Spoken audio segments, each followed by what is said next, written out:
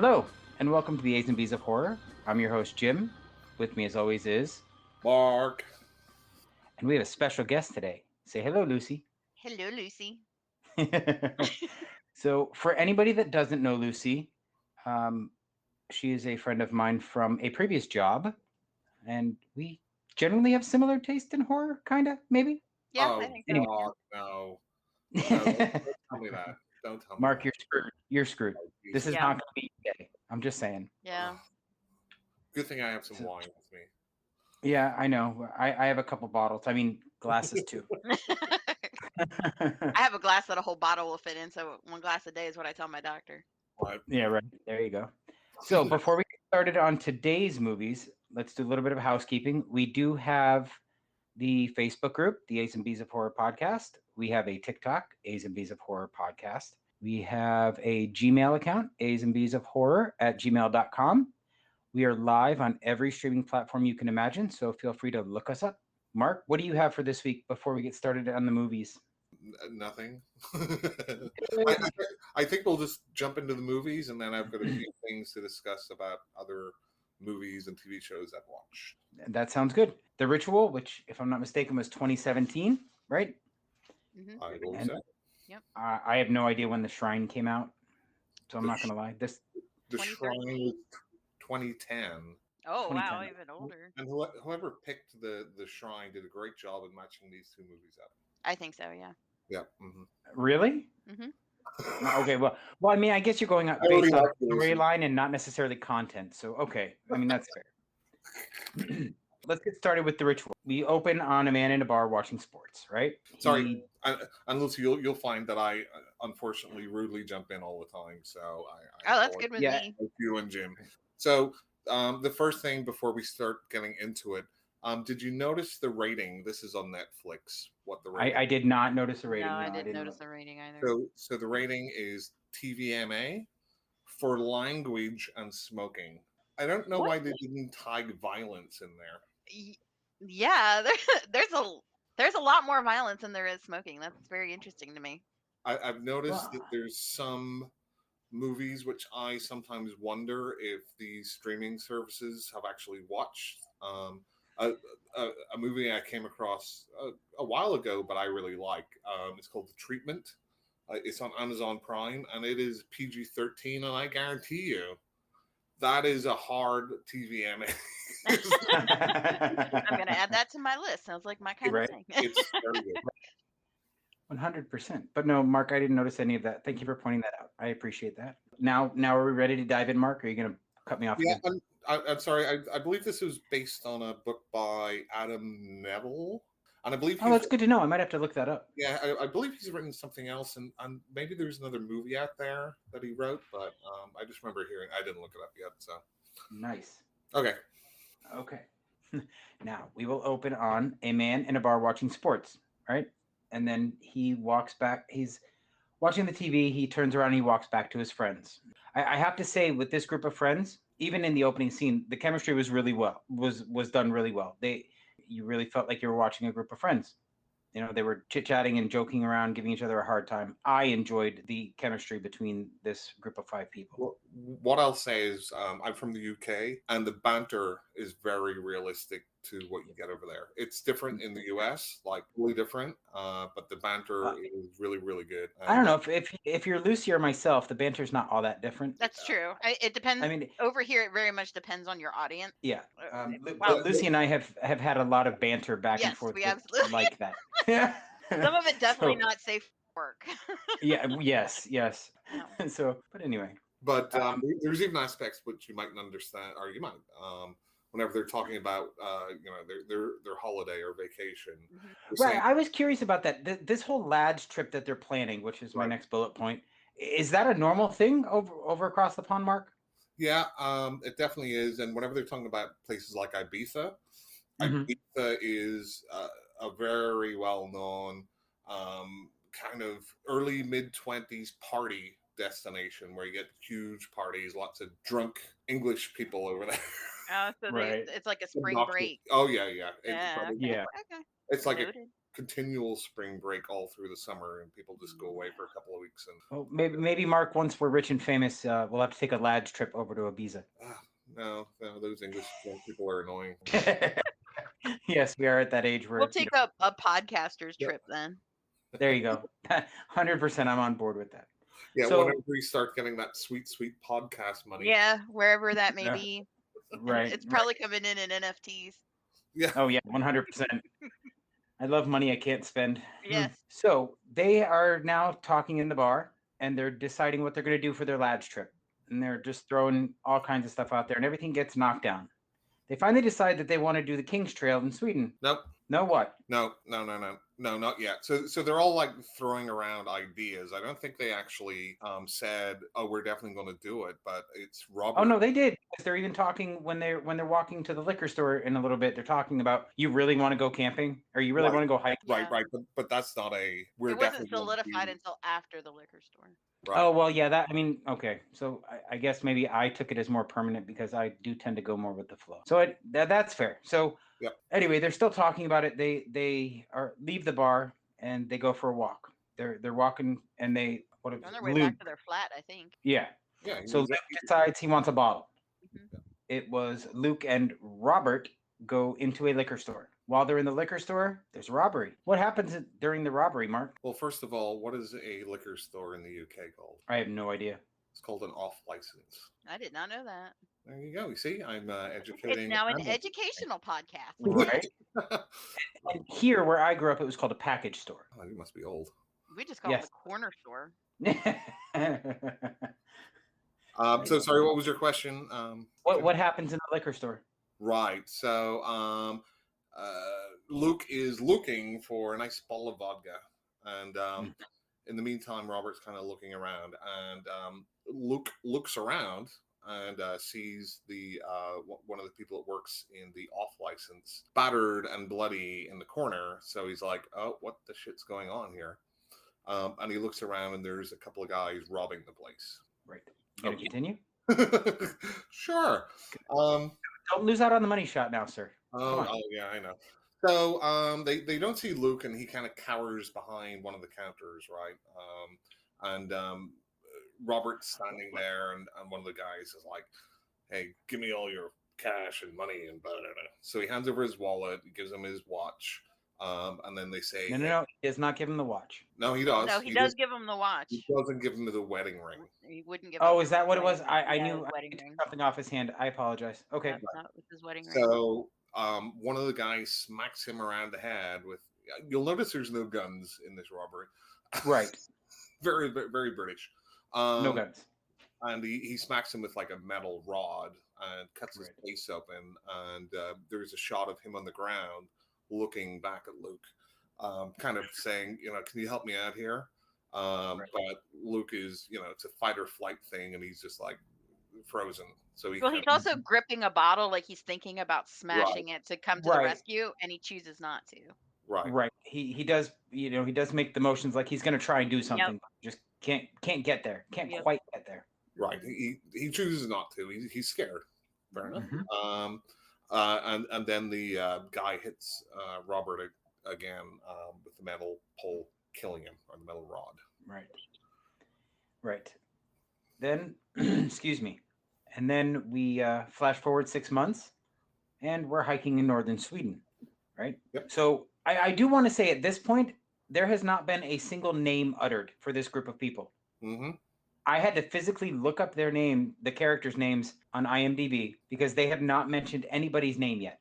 One thing that I've decided to start doing is Mhm. subtitles on, because it will tell you who's saying what. It's much easier. Yeah, and if you have the subtitles on it, they do call each other like nicknames, so you have Yeah. that at least. But their formal names, you're right, they don't have. But I will Right. say, when we morph forward and we see their interaction, and this just goes back on the chemistry that you were talking about, their entire dynamic has shifted, and their chemistry shifted with it. And I thought that was Yeah. done really, really well. Like, that was kudos to the director, because things have changed. The group has changed. They're down a member, and there's some feeling some kind of way, but that came through with very little spoken. I 100% agree. I will say, sorry, Mark, go ahead. Yeah, well, what I do like about it is that it's really one person has more of a grievance than the other two.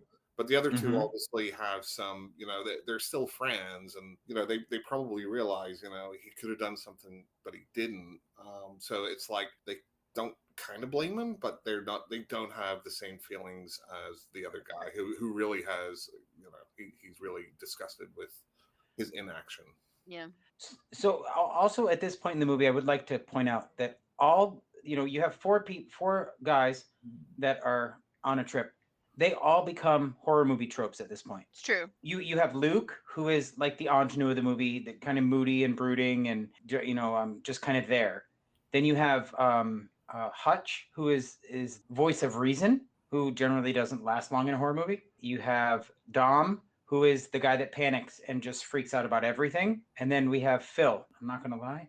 I think Phil freaks out a little bit more than Dom does, but he has more of an experience that we'll get into. But anyway. So I kind of looking at the characters, right? So I see Luke. He's the troubled guy who knows that he could have done something, right? We have Hutch, who's kind of the leader. He's kind of the leader, and he kind of tries to keep the status quo. Dom resents Luke to a certain extent, right? Plus, he is a bit of a whiny person, and then we have Phil, who's kind of like he doesn't really have. I don't think he's much of a trope of anything. He's just kind of there. Phil is a character who's there just to ratchet up the tension. Right. His reaction very much an instigator. You're right. Yeah, he's only there to ratchet up the tension and make situations spiral out of control. That's the only purpose he serves through the entire movie. He's almost like the most believable one. Agreed. Yes. But I think they're all believable, even though some of them are kind of stereotypy. I think he still pull it off pretty well for. Well, and that was the second point I was trying to make. Even with the characters being stereotypical or trope, general horror movie tropes, this movie is done so well that you still care about these people, even though they're pretty basic characters. Jim, I've got a feeling you like this movie very much, so I'm expecting a 2.5 out of 10 from you. We'll get to that, sir. So Lucy, I'll have to ask you, because this is something I think is very prominent within the movie. So whenever we get to Sweden, they're just getting out of their tents. What do you think about the scenery and how that's shot? I feel like it was underutilized. Like, we didn't realize it could be a really ominous place until we're well into the movie and creepy stuff already starts happening. Like, they could have leveraged the scenery to set the stage. Like, oh, we're happy and we're fine, okay, here, and then we do the shrine, and then the commemorative to their fallen friend, and then we're prancing through the woods or whatever. I feel like they could have leveraged that a little bit better to show how easy it is to get lost. Like, they're on a path, you can see a well-beaten path, but they could have shot up the trees to show how tall they are, and that it's hard to see daylight through them. Yeah, I think there's a very hard cut between the expanse whenever they're outside of the forest and then when they're inside. And they do have some nice aerial shots, like drone shots or whatever, over the top. But I love like the glue, even like just when they wake up, it's just gloomy. Yeah. The weather's gloomy, it looks cold, they're out in the open. And then whenever they get into the forest, and we'll talk about this some more, it's very Blair Witch Project. The way it's shot, with the way there's screaming and noises outside, and not just Blair Witch. I mean, there's lots of movies that kind of did that before. You look at Deliverance or Southern Comfort or any of these kind of backwoods horror. Okay, where were we? I have a question for you. Well, we're going to jump ahead a little bit to where they're building the little memorial to Robert. What do you call that little stone statue or stone tower that they're building? Do you know what the name of it is? No. I'm probably going to pronounce it wrong, but I call it a cairn, CAIRN. I've never heard that. That is something I heard a long time ago. I've never heard that term. Does it complain to the manager? Not a cairn. It's a cairn. I want to complain to the manager of the forest, please. All right, you need to calm down. A cairn is a mountain of stones built as a memorial. Oh, see, it's education all the way around. It is a lot of education. It is. So we have the memorial to Robert. At this point, you start understanding that Luke feels guilty about what happened. About the entire situation with Robert. And and to Lucy's point, at this point, you start seeing that he's really not comfortable with his friends anymore. He definitely does not feel like he's part of this group. I think there's probably the best word to say is like unspoken, right? Mhm. But they all know to a certain extent. Well, they all know what happened, but nobody's talking about it, and it seems like Right. they haven't talked about it before. Yeah. Right. Very much an elephant in the room. Right. Yep. 100% I agree. So there, we have various shots of them walking and talking and interacting. It's not the same as it was before, like Lucy said, but they're still trying. Right. There's a facade there still. Right. Yep. So now we have Dom walking down the hill, and please stop me if I'm missing something because I kind of glossed over this part of it. But Dom twists his ankle His knee. or his knee, right? His meniscus. You're right. Yeah. Sorry. But at this point, they have their first tiff or argument because Dom now wants to just be done because he doesn't think he's going to recover. So they have to figure out a way out of the woods without getting lost. So Hutch is looking to see the quickest way for them to get back to the lodge that they're staying at, and the way that they would normally go, the hike, would take them longer than going as the crow flies through the straight through the forest. Right. At this point, Hutch sort of puts his foot down and says, "We're gonna have to go through the forest, and it'll cut I think he said 3 days off their trip." Yeah. Right. Like they could be back at the lodge by sundown. So Dom says, "You know what? I can walk." So he decides he's going to walk. Nobody's going to carry him, or they don't have to baby him. Mhm. So they head off, and now we have the various shots of them walking through the countryside, which I thought, regardless of the tone of the movie, the scenery in this movie is beautiful. Mhm. Like the countryside is gorgeous. It is, and I like that there was something that triggered them to go through the woods. It wasn't the quintessential, that looks really creepy, let's go check it out. It was Right. there was a cause for them to be there. So I thought Right. the plot was really well thought through. Yeah, I would agree with that. And I think for the scenery, so whenever they're approaching the forest, right? So it's trees with a lot of leaves on them. As they get in there, all those leaves are stripped off, right? It's a lot of just the trunks of the trees without the right leaves or anything, which makes it seem even creepier. But I also want to point out the soundtrack. I really like the soundtrack of this movie too. I think it's very underplayed, so it's not like you're listening and you hear like a theme tune or anything like that. It's just very low key but effective. Yeah, I agree. Yep, I agree. This part I thought was kind of comical. As they're walking towards the forest, they pass by a rusted out VW bus. I thought that was funny. I did giggle a little bit, but we start noticing the compass is malfunctioning because Hutch is tapping on the compass because it doesn't appear to be working right. And then we get into the forest, and the first thing that I noticed and that they specifically mentioned is there's no sound. Like you don't hear animals. You don't hear anything. It's very quiet. But it's also at this point, and Mark, you might have taken better notes on this than I did because I'm a horrible human being, but we also get a talk about the history of a little bit of a Swedish history lesson. Yeah, they go into it a little bit to give us, some kind of exposition-y about, there was witchcraft here and da da da da da. Okay, I feel they could have done with that scene. Honestly, I don't think that was needed. I don't know. I think it kind of sets up for some of the dialogue a bit later. I think when so. they immediately start jumping to accusing pagans of being involved and that kind of stuff. I think that the audience and they could have figured that out themselves without having that exposition, but that's just me. So you're being hypercritical. I'm expecting a 7 out of 10 for this one. Okay. Hey, I give good ratings. I give truthful ratings. That's just how I work. No, because you're like very positive at the end about a movie, and you're like 2 out of 10. This is a part where we come across the deer in the branches. Right. So now they stumble upon this flayed deer, and it's completely ripped open. It's gutted. All of its intestines and innards are on the ground beneath it, and it's just stuck into a tree. Literally, it's stuck onto a branch in a tree. Still dripping. Right, and they realize, okay, it hasn't been dead long, and whatever put it up there is probably still around. So now it starts to storm. They have to find shelter. Oh wait, I'm sorry. I skipped the symbol when they found the first symbol in the tree. Yeah, so that's it, it starts to go dark, and there's a Right. thunderstorm, and then they see the markings or the runes in the Right. tree, Mhm. and Right.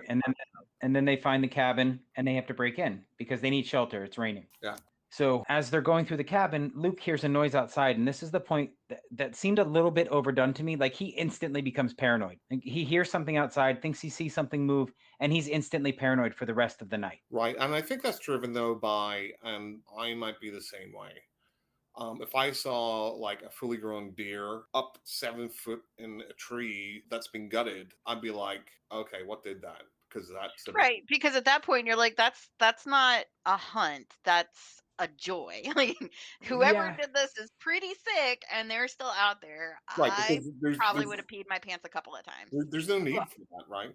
So, Right. well, I mean, there so is no need. You're right. But I guess I'm a little bit of the opposite. I would be more like Hutch, and I would just be busying myself trying to make sure everybody's okay. We stay calm. We get what we need done. That's just the kind of person I am. Jim would be taken out first, by the way. I probably would. I probably would. Are you that weird guy that's like, hey, what's that? We gotta go check that out. I'll be right Yeah, back, no, guys. no, I'm not. We need to stay put or we need to move with purpose. I'm not going to check out any noises upstairs. So I am not answering the door. what I would say is Luke just really kind of looks around from the cabin. He doesn't go out and investigate. No, he He's doesn't. just- But I'm not gonna lie. I mean, from the beginning of this movie, you know he's gonna be the quote unquote final girl. There's no doubt that he's gonna be the one that survives. right, At least right. in my mind, I- from the onset of this film. yeah, Right. I agree. yeah, I was wondering if there would be like maybe the ones that really blamed him for what happened would make it to the end and like, okay, that you really came through me, guy. Appreciate you. So Well, and I they knew he was gonna make it. I was hoping some of the It- others might. it always But- felt like this movie would be his redemption arc. Yes, exactly. I never got that feeling. Really? No, I didn't, because I can't say why, but I never thought that he was going to redeem himself. I did get a little bit of a glimmer of hope, which I'll get into in a little bit, but I think it's just very much a story trope where you have Yeah. somebody who's Yeah. being a coward at the start, they go through the rest of the story, and by the end, they're the hero and they've redeemed themselves. I mean, it's you've seen it in a ton of different movies and books. yeah, it is pretty standard fare. I just was not expecting it to be that kind of story, because even with all the tropes and the stuff that's rehashed in this movie, even though no matter how well it's done, I never got the impression that their goal was anything but survival. So I never got the whole redemption thing. Yeah, and I don't think that he does redeem himself at No. the end, but I think No. that's kind of how it's set up. Yeah. No. Right? But, Yeah, I know. in a I way, mean, he kind of does, but he also doesn't. But Right. it's almost like a side plot. Yeah. But I mean, I can see your point, but I think a lot of the and I might get to this later, but the imagery that he sees, like when he's dreaming and all of the weirdness starts to happen, like where he keeps finding himself back in the liquor store, I don't know, I just felt it was too played on. Like that was the only thing that got used against him, was that one moment in his life. right. True. But A few times, like when near closer to the end, I thought he was gonna wake up in that liquor store. Like I thought we were going through a dream sequence, and then he was gonna come back to himself right there and take action and save his friend. I That- thought that that's I what we were couldn't getting nice set up come for. along twist. Yeah. Nobody's Nobody's ever could used see. that twist before. Oh no, never, not once. Never, not once. It's all a dream. I think that was the entire 5th season of Roseanne, wasn't it? Would not know. Too soon. So in the cabin, they also find necklaces with the same kind of runes or symbols on them, and old rifle, which we'll see later on, the similar rifle. And what is up in the attic? So they kind of say, "Hey, let's go have a look up there," and they send Philip. Why wouldn't you? Yeah, Right, of course. and he does again. It's a trope. Hey guys, come look at this, rather than just saying, "Hey, there's this weird effigy up here. Come look." Right, because Right. we as an audience need to have a little bit of suspense. Yeah. And and here's where they hyperfixate on the witches that they discussed earlier. Here's where they begin that hyperfixation on witchcraft and witches and pagans and all that crap. Right. So, and again, I think if you just came, like, if there was never that exposition before and they just It- came across this effigy, I think most people in the audience would be like, okay, that's some sort of weird pagan witchcrafty thing, right? Yeah, I don't disagree with that sentiment. So what does So- the effigy look like? Why didn't you describe it for the audience, Jim? It is essentially I'm guessing it was made out of twigs. I never got a really good look at it, but it's a human body with no hands and no head. It was woven from branches. So it Okay. does have hands. Oh, does it? Okay. Well, the hands are antlers. Right. Okay. Right. Okay. And You're there right. there was a shot, and I should have rewound it, but they kind of like the camera goes down and Mhm. it shows the feet, and I wasn't sure whether it was like human skeletal feet. I don't know. If I didn't. I couldn't tell. Yeah, I must have looked away at that point because I don't remember that shot. Right. So they find the effigy, and what happens next, then, Jim? Well, now they have their whole fireside chat about witches and witchcraft and the people that live in this area and what they practice and what they believe and all that stuff. And then they decide to go to sleep, as Right. any sane person would do, I guess. I Yeah, mean, I don't know after they that I'd tell be able. stories around the fire. Let's go to sleep. It'll be Yeah, fun. Yeah, I'd be tired after all that walking. So I'd be well, straight. of course. I mean, I probably would fall asleep, but I don't know that it would come as easy for me as it appears to for these guys. It would not be something I would go seek out. I'll Yeah. say that. Well, I that's would- true. I would So at this point, all of a sudden, Luke is awakened by a very bright light. Right? So this scene I thought was very well shot. So I agree. I It- think this it's it did a good job building up and then coming to the climax. I think it was really well done from start to finish. so it's the thunder and the lightning outside, and the lightning's reflecting off his face, and then all of Right. a sudden, the light's just on his face. Right. And it just stops on his face. Hmm. And he tries to wake up Hutch, but Hutch won't wake up, much like you see in almost every dream sequence in a horror movie. Mm-hmm. It's, hey, Hutch. And then, oh, I guess you're not waking up, so let's go investigate by ourselves. And so he goes and he opens the front door, and where is he, Lucy? I don't remember. He's in the liquor store. Oh, that's right. That was the first flashback. Yes. So But what's on the ground, Jim? I believe it's still leaves, right? It's still like the forest ground, is it not? Right. Or is it? Yeah, Right. you're right. It's the grass, it's the forest ground, but Right. it's the store. Right. Mhm. However, I don't, and you guys can correct me if I'm wrong. I don't remember what snaps him out of it. I don't know if it's Phil screaming or if it was somebody else screaming, but something snaps him back out of the liquor store. So what After he happens has- is he picks up the bottle of vodka, and Right. he's looking at it, and there's blood suddenly like in the vodka. Right. Then he looks up, and the shelves are just like pulled back real quick, Right. and he's back in the forest. So he's Right. actually outside of the cabin now, and it's like daytime, so it's not a dream anymore. It's Right. real. Mhm. Right. And everybody else is screaming. You have Phil, Hutch, and Dom are all screaming in different intervals in the next sequence, right? So the first person he goes and he finds Hutch, and Hutch has had an extreme nightmare and has pissed himself. Mhm. And then they go and they wake up Dom, who's also screaming, but we don't hear much about his experience until towards the end of the movie. And then we hear Phil scream, and they go upstairs, and he is covered in scratches, naked, and almost worshiping at the foot of this effigy. So, but before we move on, did you notice anything about Dom in this scene? About Dom. Yeah. I not to my recollection, no. So he doesn't have his pants on. Right. Do you know why Okay. that's well, I think it's important. No. Why? Okay, so later on he's talking about he had a dream that he was going to be sacrificed, right? Right. You'll Yep. notice whenever they capture him, they take his pants off. I did not I make did that not put correlation. that together. Yeah. Wow. So I'm thinking, maybe it's just me, that's all tied in together. That Yeah. he's thinking of the Foreshadowing. future somehow, and that's a way to kind of convey it. Yep.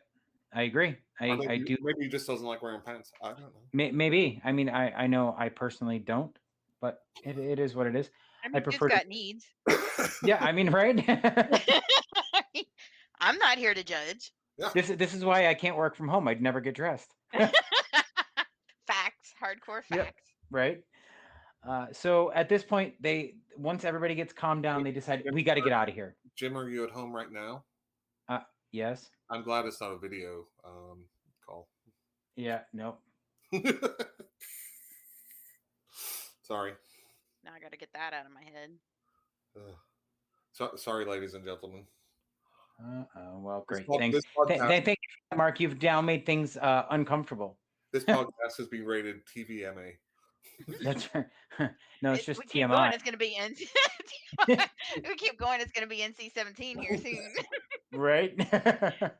So they decide that they're going to leave the cabin, right? And they go to leave. They open the doors, and what do they see, Lucy? You keep asking me this, and I didn't take that detail to note. So they open the door. They start looking around, and there are now symbols carved in all the trees. They're all over the place.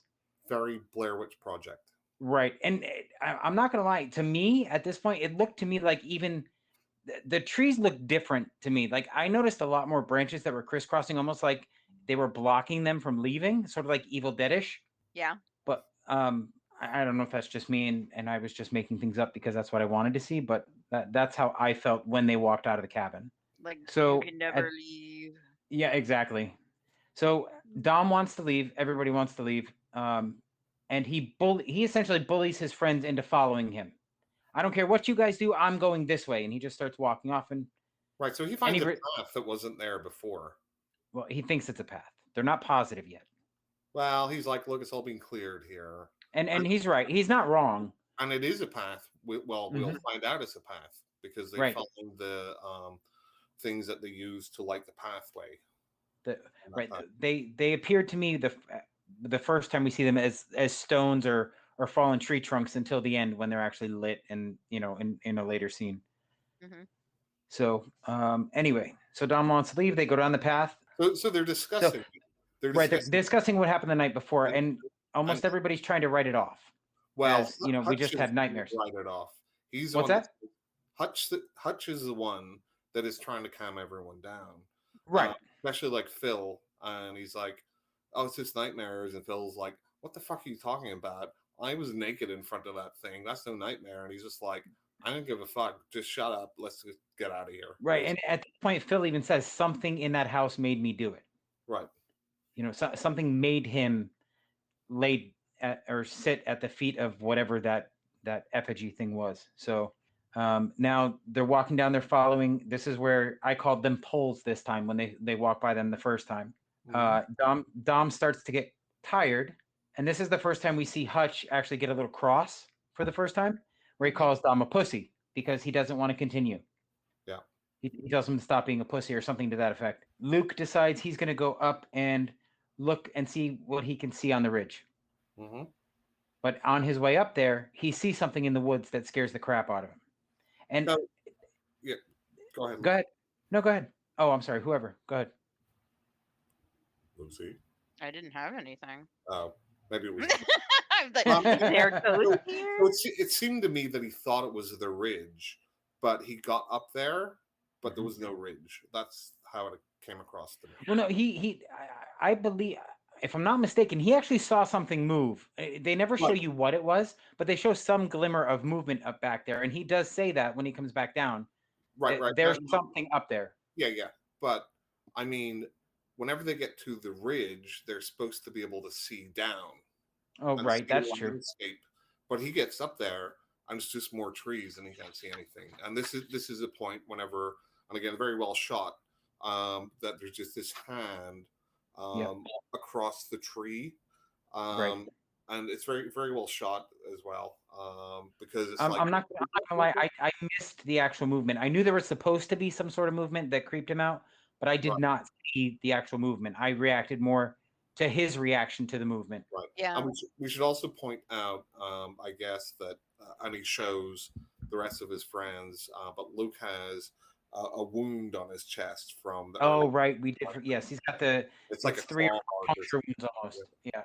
So at this point, tensions start to boil over, and Dom loses his cool and blames Luke for what happened to Robert. What does he call him?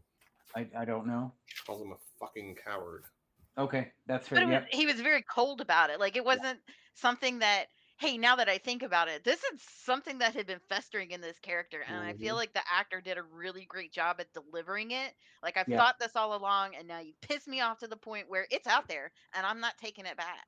So I Yeah. thought that this part of the movie was really well done, and the Yeah. editing and the acting was just on point. I do agree. I do agree. And at this point, Hutch tries to do what Hutch does through the whole movie, and get everybody to calm down. Mhm. And Luke asks Hutch flat out, "Do you think I'm responsible?" Mhm. And Hutch is honest and says, "I don't know." Yeah. The reactions in this entire scene were so well done. Yeah. Like Luke, at this point, anybody, you just walk away. What else can you say? He didn't say yes or no. He doesn't know. He doesn't. Right. And So here's Wasn't there. I don't know how I would act if I had been. So I can't exactly, say for sure that I'd have done any different. I don't know right, what was happening. I wasn't there. exactly. Sorry, Mark, did you have something to say? no, I mean it's just a very good portrayal of these people are still friends, right? Mm-hmm. Yeah. They've been friends since uni for a Right. long time, and this thing happened. Yep. And they weren't in there, although I think Storm who says you came out and there wasn't a speck of blood on you, uh, Right. and they all deal with it differently. They Uh, do. but I I don't feel know like that. that line between understanding and resentment that they all have and friendship. God, that was well done. I don't know. I don't think we ever got a full understanding of what Phil felt though. Right, and that's I what I mean about Phil. explored that. He's just kind of there. That's just the first time I even thought about his reaction because now that thinking about that scene again, I don't think we ever went over that. You know, they ever went into that. So anyway, so at this point, Luke walks away. He needs to be on his own, get his head clear, whatever. But he just does needs to not be around these guys. But of course, they follow him. Hmm. So they're walking, they're walking, they're walking, and then they come across something in the woods, Hmm. which was a little odd, like how they saw it to me. That felt kind of forced because Luke is just walking, and then all of a sudden he goes, "What the hell is that?" And there's a tent. They find a tent buried under some leaves and stuff, Hmm. um, with a wallet, Right. Hmm.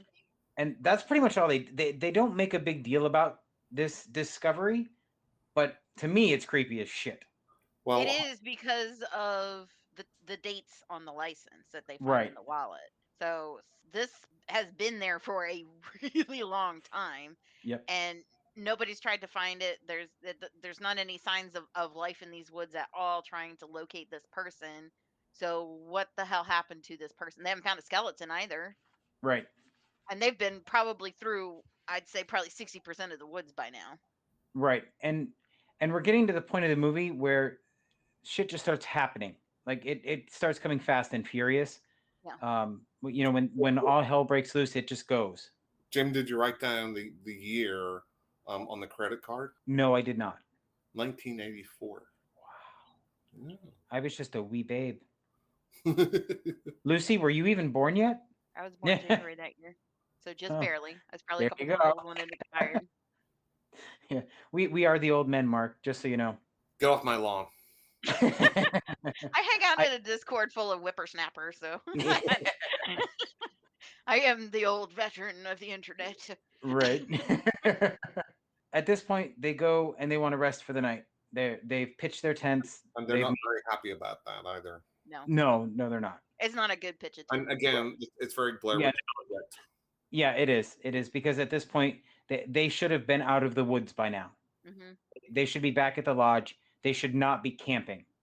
Did anyone notice in this scene how the guys are all looking at each other almost as if they're wondering who's gonna get fucked with tonight, and will they be there in the morning? Like at this point, I think they're starting to realize somebody's time is up, and they're trying to figure out what's gonna happen next, and they're just hoping it's not going to be them. I, I I There, did not get that impression. there I, was a lot of tension. I No, feel there that was. I agree with that. I feel they were all very rattled from the night Yes. before, and they Yeah. just wanted to get out of there. Yeah. And then another night, right, where they have to dream nightmares, etc. Is it going to be a repeat of the night before, and is something following them? Right. Yeah. So at this point, they're going to lay down. Luke starts to hear noises in his tent. And I don't know what precipitates him winding up back in the liquor store, though. I did not take notes on that. So, I just put so flashes. there's a little bit just before that where Hutch is talking to Luke, and he's saying, "You need to go get help, and I'll stay here with him." Oh, yes, with Dom. Yes, Yeah, in the morning you go looking for help. you're right. Yep, I did forget about that. Which is kind of funny. I don't know what's wrong with Phil. I get Dom, can walk anywhere. Can Phil not? What's wrong with Phil? I don't know. I kept having. I'm not gonna lie. Until I wrote down their names while I was taking my notes, I had trouble keeping Yeah, that them part was hard to straight. keep up with. Yeah. It really was. Subtitles help. Yeah. Well, I did not. I'm not as smart as you, Mark. Sorry. That's okay. At this point, Luke again sees something in the woods, and then he is startled awake, and his friends are screaming again. Right. And this is where they find out that Hutch is now missing. His tent has been destroyed, and he's gone. Like Blair Witch Project. Right. Mm-hmm. However, they do hear him screaming, along with some extremely loud noises from something in the woods. Like Blair Witch Project. Yes. Yeah, there's a lot of similarities. Are you saying this is the English Blair Witch? No, I think it's probably like a shark movie or a stuck in one location movie. There's certain things that you kind of have to do, or like a haunted house movie. There's certain tropes that are just going to have to be there. Like if you think about it, if you're in a forest, how are you going to create tension? Well, have somebody disappear and just hear them screaming and you can't find them. Do you know what the one thing you don't do with a haunted house is, though? I'm all ears. This better not be something about house. You don't put it underwater. Oh, the deep house. What garbage. Anyway. I quite like that movie. There's some resentment that lingers there. We need to have a session where we just talk through your anger. Oh, there's so much. We'll be here for the next decade. Cold, dead heart. Minimum. Sense general angst in that vicinity. General angst, yes. That is not an untrue statement, my friend. Okay, so they have decided that they can't find him, right? They try running after him. They try finding him in the woods. They realize, okay, there's nothing we can do. We have to let it get light out. Yeah, they actually have common sense and say, we're going to get turned around here at night, and we're not even going to be able to find our tents. We're going to have to go back. It gets very intense, Jim. It does. Dun, dun, dun. But yeah, I'm not even acknowledging that dad joke. It was too weak even for me, and I love dad jokes. So they go back and they decide they're going to pack the tents and their stuff, right? So they finally, it's morning now. They get up. They decide they're going to leave. They start walking around looking for Hutch, and what do they find, Mark? They find Hutch. They do, but where is Hutch? Hutch is branching out, Jim.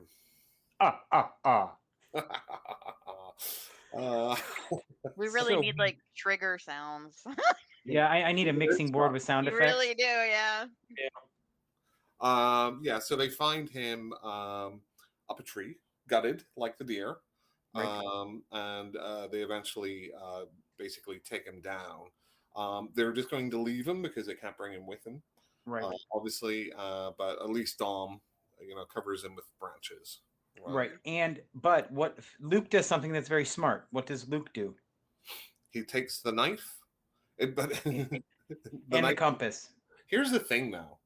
I'm like, why don't they all have knives and compasses? Right. It was almost like a D&D raid or something where everybody had one tool and they had to come together and unite to make this a success. I'm like, why didn't you have your own stuff? I think it's because none of them really wanted to be there, so they weren't as prepared as Hutch. And that's just who Hutch was. They knew he would have what they needed. Yeah, that's fair. That's how I took it anyway. So at this point, they never talk about rations at all. No, never. There's only... but then again, I think it's only 2 days, right? I mean, I think this whole movie only takes place over like a day, like 2 days, maybe 3. No, I think it's more than that because they don't talk about the rations, but there is a point whenever it's very close after this. In fact, Hmm. They find a creek, and they're Yes. obviously super thirsty because they're drinking Yes, nasty creek water. that is true. There's that. And Phil at this point is completely losing his shit. Yes. He's talking about how they're doomed. They're going to die in the woods, and he's ratcheting up the tension as he is. Yeah, and Dom is convinced it's people that are doing it, Right. and they find footprints. Yep.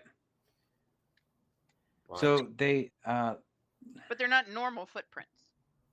No, I think they are. No, they were normal footprints at this point. Okay. They're the cult people. Yeah, the cult. Oh, okay. Yeah. So Luke at this point convinces everybody we're going to continue southwest. We have to keep going the way Dom told us to go so we can get out of here. Then they find the water, the footprints, and they continue southwest. Now, at this point, they give you the impression that something is following them in the woods. Yeah, definitely. There is something that is out there stalking them just beyond sight. So Phil falls. Go ahead. This is a point where Luke actually finds the ridge, right? So he gets up Right. Phil falls, so they take a break. Or sorry, And Luke decides he's going to go up and see if he can see the ridge. right, and he finds a ridge this time. And he can look Right. down, and he sees different fires in the wood. Yep. Which leads him to believe that there's civilization or the lodge that they're trying to get to is that way. Yeah, and this is the point where unfortunate Phil gets taken. Right, because Luke doesn't hear any of this. Luke is too far away to hear Phil get grabbed. Mm-hmm. And then when he does finally hear them screaming, he is running to go help them, and he does a Sonny Bono. Right. Lucy, do you get that reference? No. Sonny Bono skied into a tree. That's so awful. That is so dark. Why would you do that? That's because I'm awful and dark. That is beyond dark. And so, Mark, please enlighten us. What happens to Luke after he hits the tree? He gets knocked out, And he has a vision. And where is he? So this is where he sees Robert, right? Yep. And yeah, and I think is it back in the liquor store? Yes. Store again, yeah. Mm-hmm. Again, and this isn't the last one either. No. But I love the way that they incorporate. It's not just they just put them back into the same. Right. It's still. There's bits of the forest. Yes. In with it, and it leads you to believe, and whenever we get an explanation of what the monster is, it kind of makes sense. It kind of does. You're right. It does, because based on what the monster is supposed to be or supposed to be capable of, it all fits. Right. So this is a point.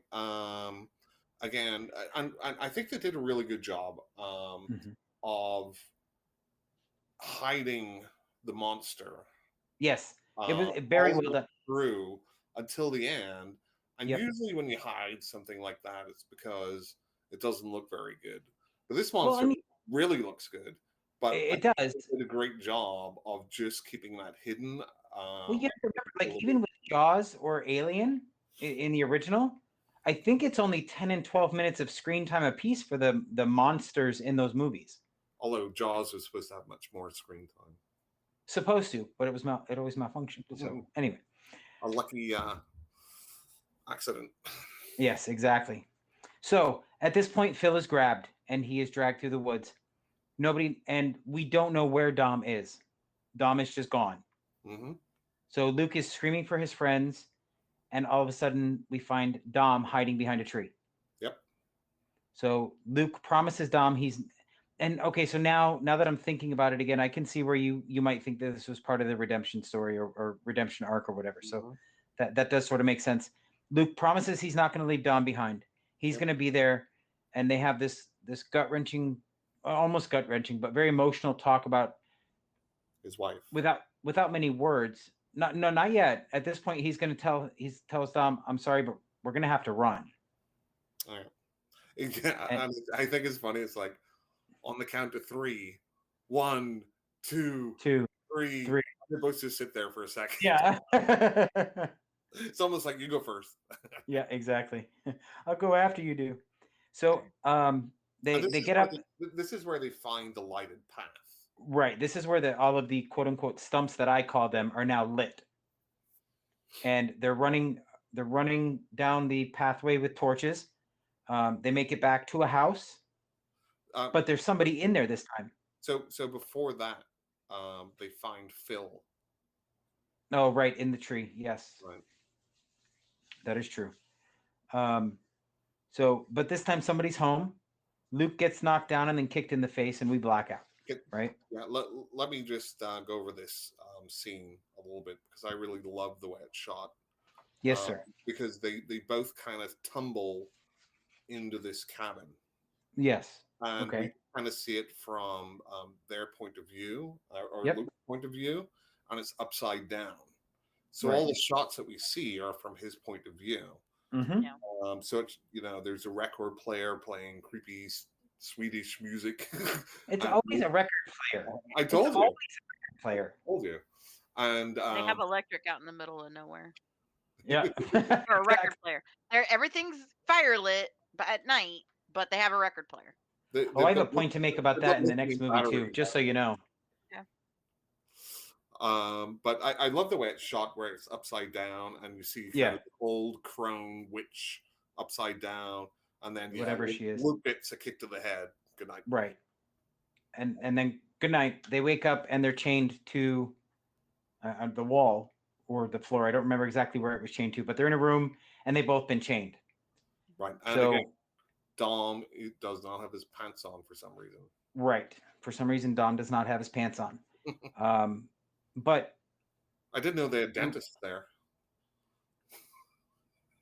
sorry, what? It's the old dentist joke where they knock What? you out to pull your tooth.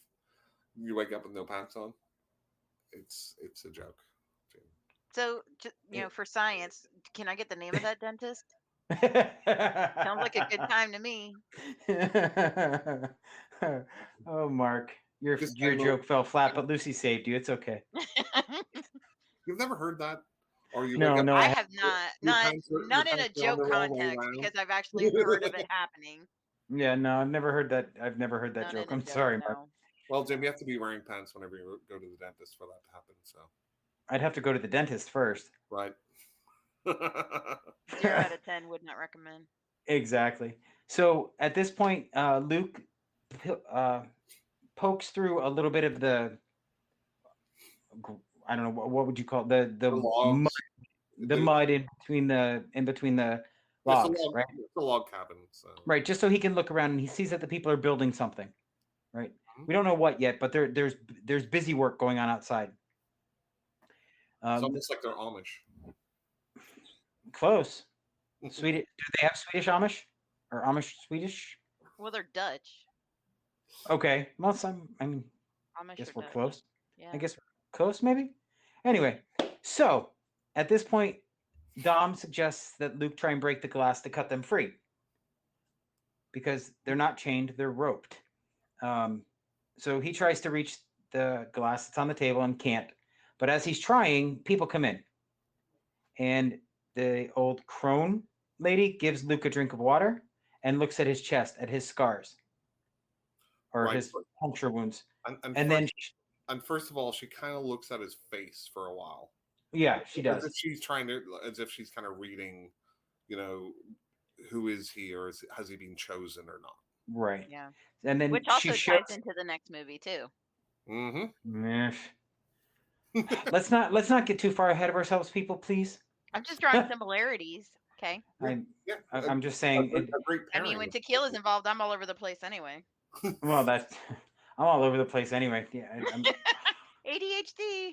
Yeah, that's pretty much how I feel. Get me going on one thing, I'll forget what I'm doing in 5 minutes. Squirrel. So she pulls down her shirt to show Luke that she has similar scars. Mm-hmm. And then, so answer me this, since both of you watched this movie, did you have subtitles when they were speaking in their native language? No. No, it didn't translate it. It just said speaking in native language. Exactly. I loved that. I thought that was such a good thing to do. Not telling us what they were saying. So I agree with that. However, when we get to my final thoughts and my overall rating, I want to talk about that. Okay, that's fair. We will let you do that. Okay. So at this point, Luke, they go to look at Dom, and they decide he's garbage, and they drag him away. And Luke's like, "You have to give him a drink of water. No, you can't take him." And we hear nothing but Luke, or I'm sorry, Dom screaming like they're brutalizing him wherever they've taken him. He's off screen. He's upstairs. Right. Okay. Upstairs. Yeah, you can So hear him upstairs. a girl comes in to see Luke, and she tells him that they're preparing for the sacrifice. That's really the only point to that whole scene. She doesn't give him any more information than that. And I was really curious, why did he need to know that? I don't know at that point. And that's where I think translating their subtitles would have made more sense, so that we got some story as to why him knowing what they're about to do mattered. So, well, I think it does, right? Because what do they want from Luke? We don't know. I don't know. I don't know. So Luke is chosen.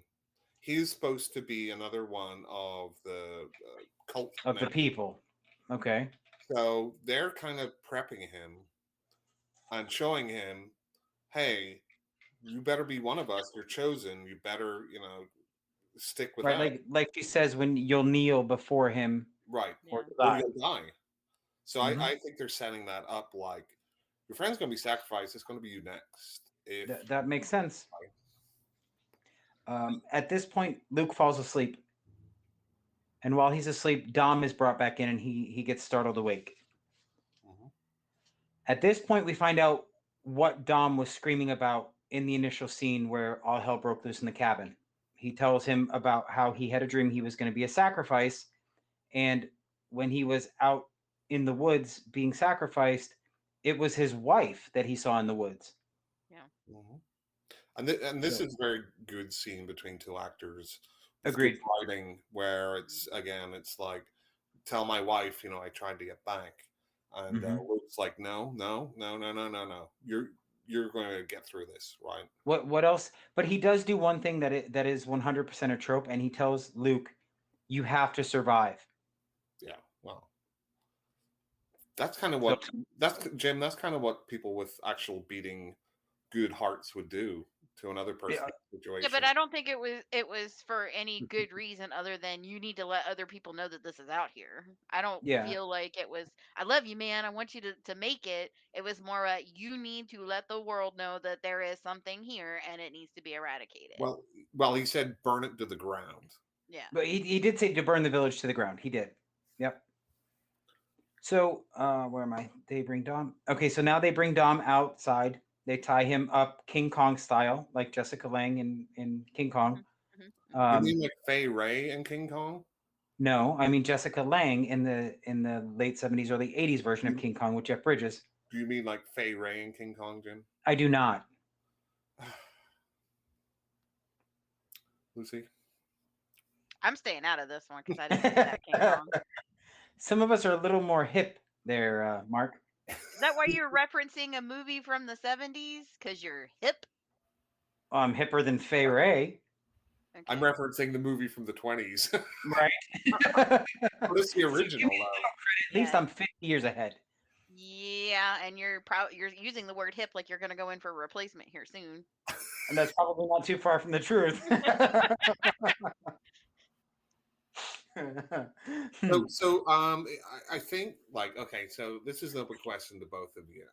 So whenever we look or watch a horror movie and there's some sort of torture or some sort of physical pain going on, to me, the more relatable it is, the worse it is. Like if I see somebody getting their arm chopped off with a chainsaw, it's not like something which I could imagine, right? I don't know what that's like, so it's kind of like, whatever. I'm sure. But let them break a finger or pull back a fingernail. Oh my god! Yeah. And it's the more relatable it is, makes the whole thing real. It's especially worse when you have to do it to yourself, right? Yes. So. Oh, you're okay. So you're going on to the next part where Luke is trying to get this. Yep. Yeah, oh my god! So it hurt me so bad to watch this scene. So so him breaking his thumb is similar to like if you look at The Thing, all the horrific stuff that happens in The Thing, Really, the most squeamish moment is whenever they're cutting their thumbs with a scalpel. Right. Yeah. To me, it's like that's like gross. Yeah. Or Jason Goes to Hell. Oh, whenever do you both know what I'm going to say with Jason Goes to Hell?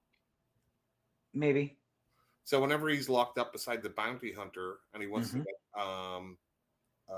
information about Jason, bounty hunter guy is like, "Well, it's going to cost you," and he starts breaking his like fingers. Yeah. So things like that to me really get me more than decapitations or Right. It's the realistic pain, the realistic horror, not the more Cringy.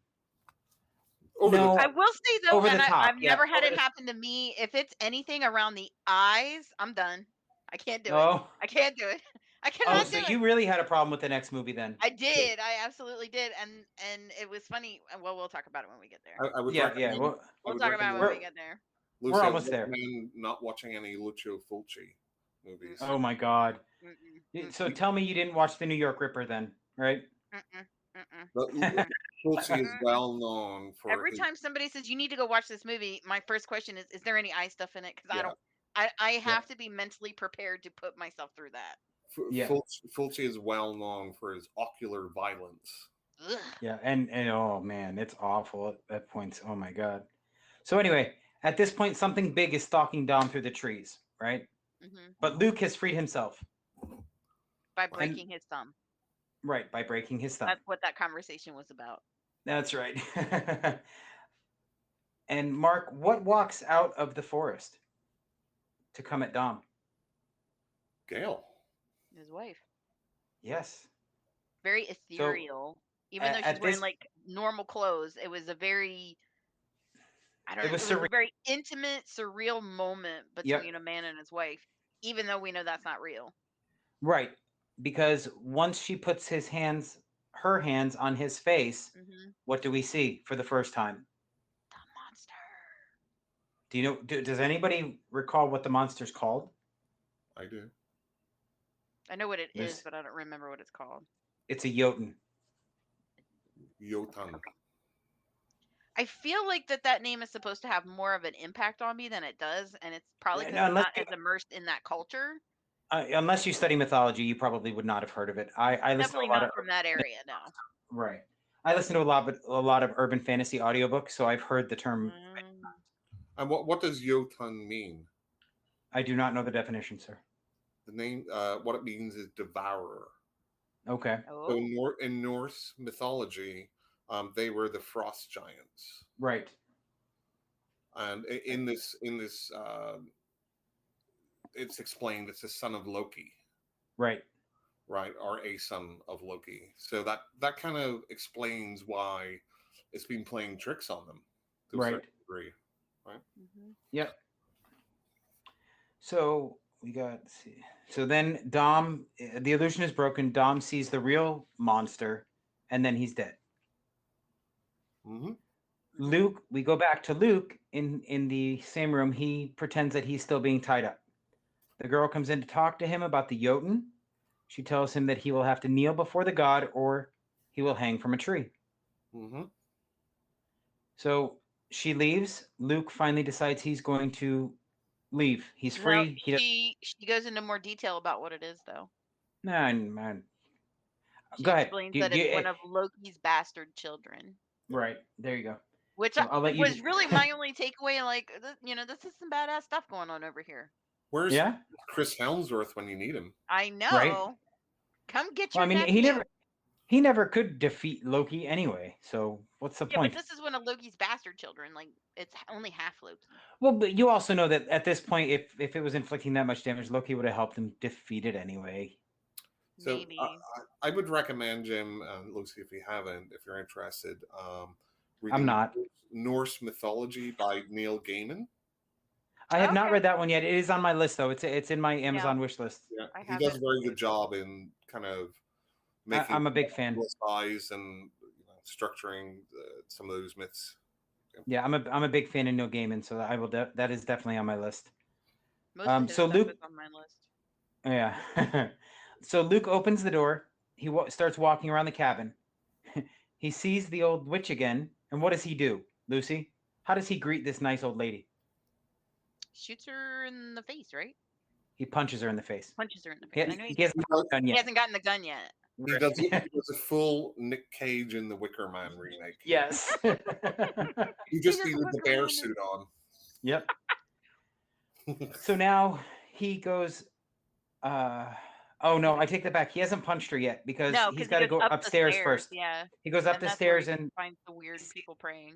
yeah, the straw people things. Yeah, they're all posed in prayer. They're like desiccated. Right. They're very emaciated and They So- look bad. right, but they're not. Yeah. And at this point he lights them up. Hmm. He has a I don't remember if it's a torch or what, but he sets them on fire. And they start And as he- screaming. Right, and as he's coming down the stairs, that's when he punches the old lady. That's his Nicolas Cage moment then. Yeah. That's right. That's right. At this point, he's got nothing left to lose, right? Yeah, Yeah. nothing So- says I'm a badass like punching an old lady. That's right. At this point, the Jotun comes back and walks across the doorway, so he freaks out and starts going back into the house, and he comes across the gun. Mhm. When the Jotun comes through the screen the next time, everybody's on their knees. So I think there's a part just before that, Okay. when they're on their knees already. Yeah. When the girl who was, giving them the exposition, she's taken by. Well, the that's Jotun. the part I was going to say right now, but go ahead. And it seems like she was taken because she looked at it. Yes. That's what I got, because everybody else is just not, obviously not looking at it. So I kind of I feel actually- a looking at sort of monster. I owe you an apology. I owe you an apology, Mark. I do have Luke finds the gun written twice, so I did put that in the wrong spot. So you're absolutely right. At least the girl he's got gets two taken. guns now. Yeah, right. And I think he only. broke his left hand so he can still shoot. Right. Yeah. So I thought that was an interesting detail that they thought of, because a lot of them they're right-handed, so they want to use their right hand first, so they escape with their right hand and usually damage it, so they can't use it later on. And then you're Right. like, come on, guy, that's such a B. That's such a B movie move. Right. And again, So- it's the same type of rifle that they saw in the first cabin. Right. So Luke goes to go outside, and the Jotun shows up, and he decides I'm not going that way, and he runs out the back door. So Mhm. he's up away from the cabin, and he sees the Jotun, and he decides to shoot at it for some reason. Sorry, can I just bring you back 1 second? Yeah. No, absolutely not, Mark. You are forbidden. So I think there's just a hilarious shot, and it's almost comedy, where he shoots the first guy, the bald guy, Yeah. and then there's another guy with an axe, Hmm. and he's like pointing the gun at him, yelling, and the guy is all afraid, and it's like Luke thinks he's afraid of him. Right. It's not. It's the Jotun. It's very Yeah. much so. But before he shoots the Jotun, everything's on fire at this point, and Yeah. the people are not responding. They're still on their knees, their face down on the ground, like they're not looking Yep. around. And the Jotun's just kind of standing there going like, "What the fuck is all this?" Yeah. And then he just gets shot. So I thought Yeah. that was pretty funny. And can we just talk a little bit about this shot, which I think is the best shot in the movie, with the cabin on fire and Jotun in front of it. Mhm. Yep. I, That'd be great. and we can maybe discuss the design of the monster, which I really love. In a way, it kind of reminds me of the Relic a Yeah. little bit. And this, Oh, don't get me started on that movie. and oh god, I suppose you hate that too, Jim, right? That's 'cause Only he after I read. No, Only after I read the book. well, it's still a good movie. But the head of it, right? So to me, it looks like it's an upside down person. Yes. Yeah. Yes. I got Agreed. that too, yeah. Although the hands are shown as the right way around, but whenever Right. you see it, it's kind of like they It's like it's coming. It's like it's doing a back bend. Mhm. But- When it wants to look at you with that face, it's like it's doing a back bend to look at you. It's really creepy. right. So okay, am I good to go? Or Yeah. did you want to talk some more? Okay, just checking. Don't want to cut anybody off. So he starts. Where am I going? He shoots at the Jotun. So now he is back in his nightmare, right? And the Jotun is chasing him. And And- how is this shot lit, Jim? You mean with the fluorescence? Right. Yeah, with the fluorescence from. From the store. So that's all Right. that's kind of left of the store. It's just the overhead lighting.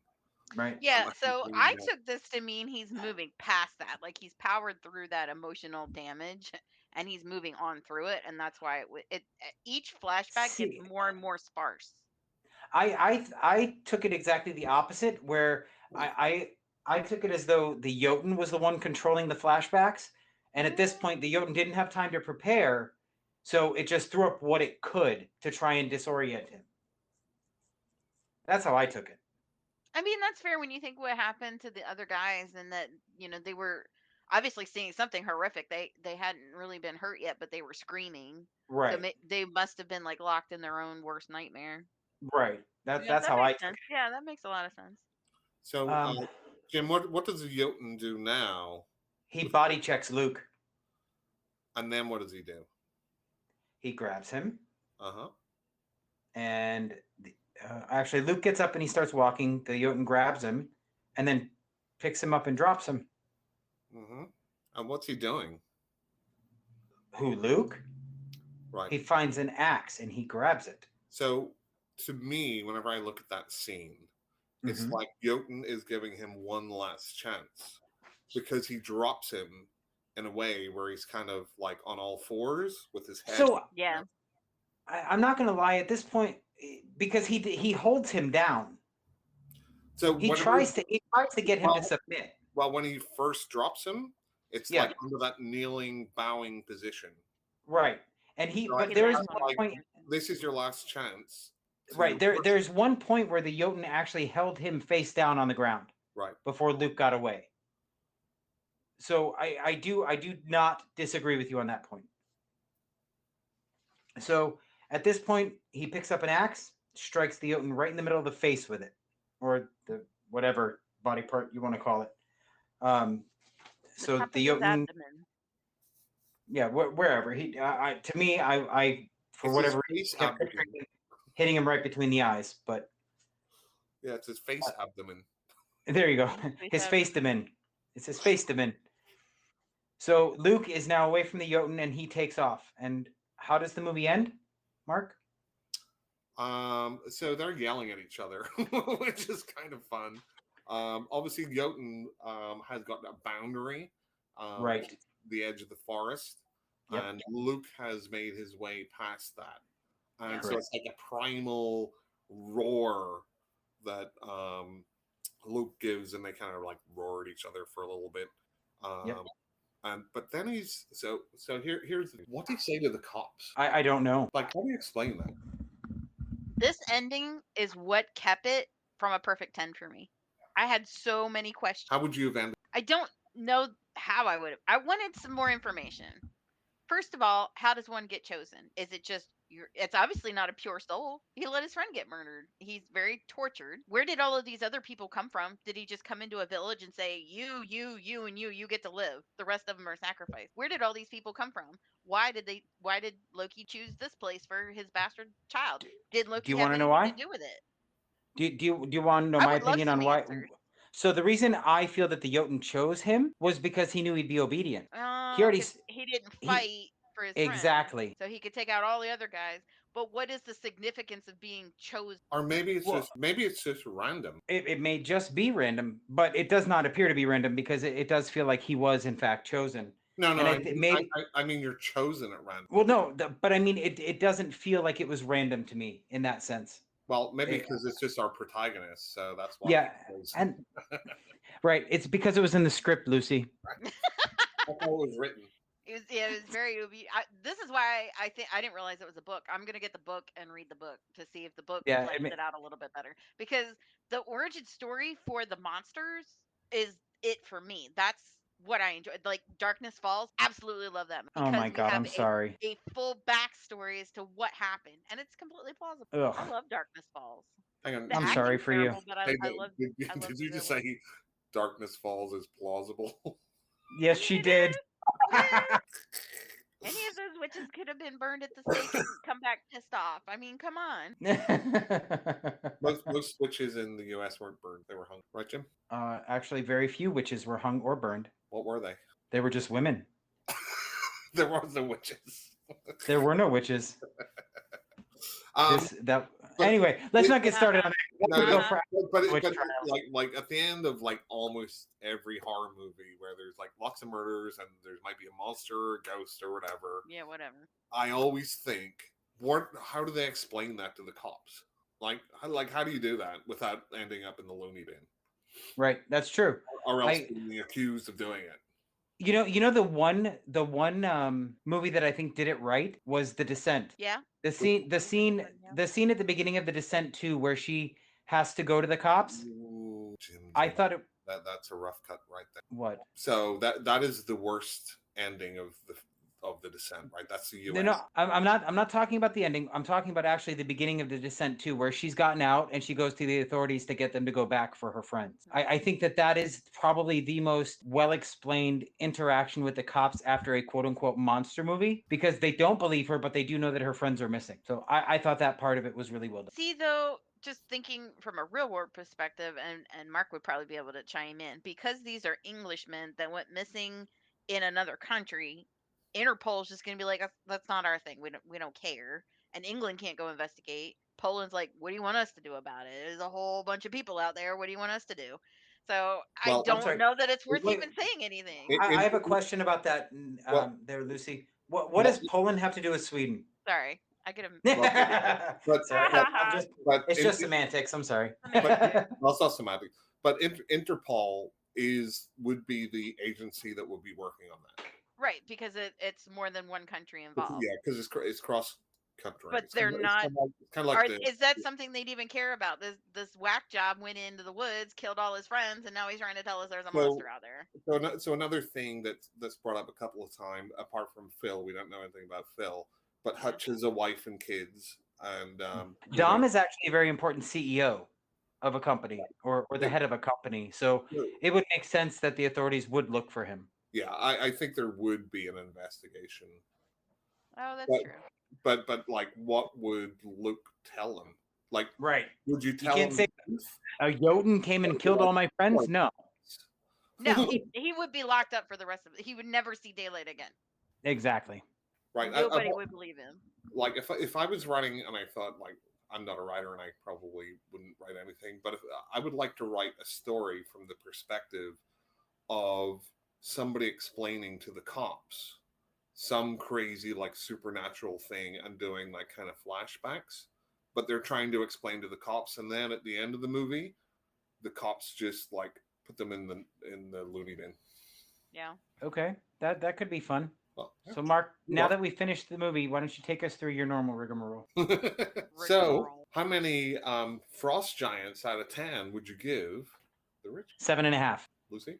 Probably 7. I'm going with a 7.5. This is actually the third time I've watched it, and I've Oh. enjoyed it every time. Agreed. I Yeah. cannot say enough good stuff about this movie. I did like it. I watched it when it first came out and then watched it with some friends in Discord. And I was really surprised at how much I still enjoyed it. Because normally after I Yep. watch one, it's just like, whatever, it's on. I'll just Yeah, pay exactly. attention in the background. But this was riveting. Like, I wanted to watch it. I wanted to see more and like pick up on stuff that I had missed before. Yep, agreed. I really liked it. Now I want to read the book. Yeah, I'm probably not going to read the book because I'm on a fantasy kick at the moment, but I'll put it on my Well, list. you'll get out of that fantasy kick. Hey, it's been 2 years now. Oh, wow. Okay. I've never had a it's- kick last that long. I usually don't either. Before this, it was post-apocalyptic, so it's kind of like a lighter tone, and I'm kind of enjoying that right now. Yeah, that's fair. It's fair. I kind of don't even agree with the term post-apocalyptic, because Why? wouldn't there be nobody left? Well, I don't. Is that the Dystopian? correct? Is that what you'd rather? Okay, I'm, I mean, I'm just Dystopian nit- future? I'm just nitpicking. yeah, I was gonna say because that Drink some more wine. yeah. Mm-hmm. Yeah, please, because you're gonna have to bring us through this shit. Oh, you didn't like this Oh my God, no. So no. one? So, And, Lucy, and I want. Lucy, Let's welcome to my nightmare. So let me start out by saying that Aaron Ashmore is in this movie, and I love the Ashmore twins. I usually am gung ho on everything they do. Yes. Not this. So, Jim, have you seen Jack Brooks' Monster Slayer? Yes, I have. I actually like that one. So this is the same writer and director. Well, he did a shit job on this one. Which one's older though? I Jack think Brooks, I Jack believe. Brooks. Yeah. Maybe somebody just had a flash in the pan. But Maybe I thought this was it could be an M. Night Shyamalan thing, one and done. Because M. Night That's Shyamalan has true. not done anything good since Six the last good thing he did was Signs. I loved Signs. I didn't like Signs. I recently watched Old, and Yeah. I think there's some interesting ideas there, I don't disagree with that. but the execution is It's just not there. And that's exactly what happened with The Village, which Yep. was a phenomenal movie until his twist, and then it just went straight in the shit. I don't Almost think that, like I don't think, what tropes can we mind meld to make a gigantic shit pile of a movie? Yeah, pretty much. Yep. so. Talking of twists, sorry, Lucy, you wanted to say something at the end of The Ritual about the foreign language. Yeah. Oh yeah. This part annoys me, and they did it in both of them where it just is speaking native language. I want to know what's going on because I want that backstory. I'm very much a backstory person. And when the our villagers are just talking to each other, just and you don't know what's going on, I felt like they could have used that to flesh out some of the backstory of this demon and where it came from and how these people came to be in this village. But it was just, I wish, and this is what kept it from being a 10 for me. I wanted more backstory about that demon. So what I'm hearing here, Mark, is that Lucy is in desperate need of a ritual prequel. Yes. The pre-ritual. Yes, the pre-ritual. So, what I would say about like kind of the M. Night Shyamalan stuff and kind of the village and the shrine, and we'll get to this. I think the use of foreign language in the shrine without subtitles is what makes this movie, because it's kind of. If that's all this movie has going for it. Whoa. Hold on. Shut up. Let him talk. So what this really does is subverts expectations, right? Because you as an audience member are kind of primed to look at this movie and have kind of like the hostile, almost xenophobia look at these foreigners with our nice American or Western people, and they're all crazy cultists, and they're the evil ones, and they're backwoods crazy. Mm-hmm. Through this movie, you don't get a sense of they're the good guys until the end, but it makes sense, right? Because they don't speak English. So you are like the characters as an audience member. You don't know what they're saying. The characters don't know what they're saying. But it's through their actions you figure out what's happening. Yeah, that's fair for this movie. Yeah. Specifically for the ritual, Yeah. I wish I had more. Like, it wasn't like they had to cut it short because it was such a long movie. It's only No, an it hour and wasn't a a long half. Yeah, it You wasn't had a long- time to play with it. Let's get some backstory. I disagree. I thought that the lack of a backstory was a good thing for the ritual, personally. And just to be the person in the middle of the road, I thought they just gave enough. I thought they just gave enough Flipping the desk and explanation. walking out. Yeah, I don't need everything explained to me. I don't need a prequel for everything. I don't need a backstory. Like, at some point, a killer is just a killer, regardless. He's just a dick. Move on with your life, Lucy. Right, exactly. So, I don't need all that exposition personally. And I wouldn't if it was like a Saw or if it was Scream or something like. I don't need the backstory. People are assholes. They're gonna murder people. That's what they do. But this is a Right. mythical creature, and I love hearing people's takes and twists on folklore. And the author had a really great. Well, maybe the author did and the movie didn't. Had a really great opportunity to put their spin on it, so that you're just like, holy shit, this could actually all right, I gotta go check this out and see if it's real. And then you go down that rabbit hole of just fact finding. Maybe that's just me, but I'm a nerd like that. Yeah, I'm guessing the movie probably has more of the backstory, but it made sense for the movie. Keep it where it is. Well, I think part of the fact, the short running time of this movie, I think, made it the most effective. True. Because there wasn't a lot of downtime in the story. Right. You're not looking at your watch like how much longer have we got? Exactly. Yeah. It kept it moving. I'm not It did. disputing that. So, sorry, Lucy, you said you liked like folk horror or Yeah. mythology. Um, Mythology and like folklore have and do things you like that. use Shudder by any chance? No. So Shudder has a really good documentary called Woodlands Dark and Days Bewitched. It's a history of folk horror. Oh wow. You may want to like. I think Shudder does probably like a 7-day free. Oh No, yeah, they do. probably. Yeah, of course. It's a really interesting And documentary. it's not that bad for the yearly because I think I might have paid $55 for the See, and year. that's what I would do is just go ahead and It's get the like year. six. That's what I did with Yeah, AMC. same with me. Yeah. Yep. All So right, again, cool. I'll check that out. yeah, check out that documentary. You get some good recommendations in there too, and it's good Cool. dissection of that. Anyway, on to Shit. 2010, The Shrine. Mm-hmm.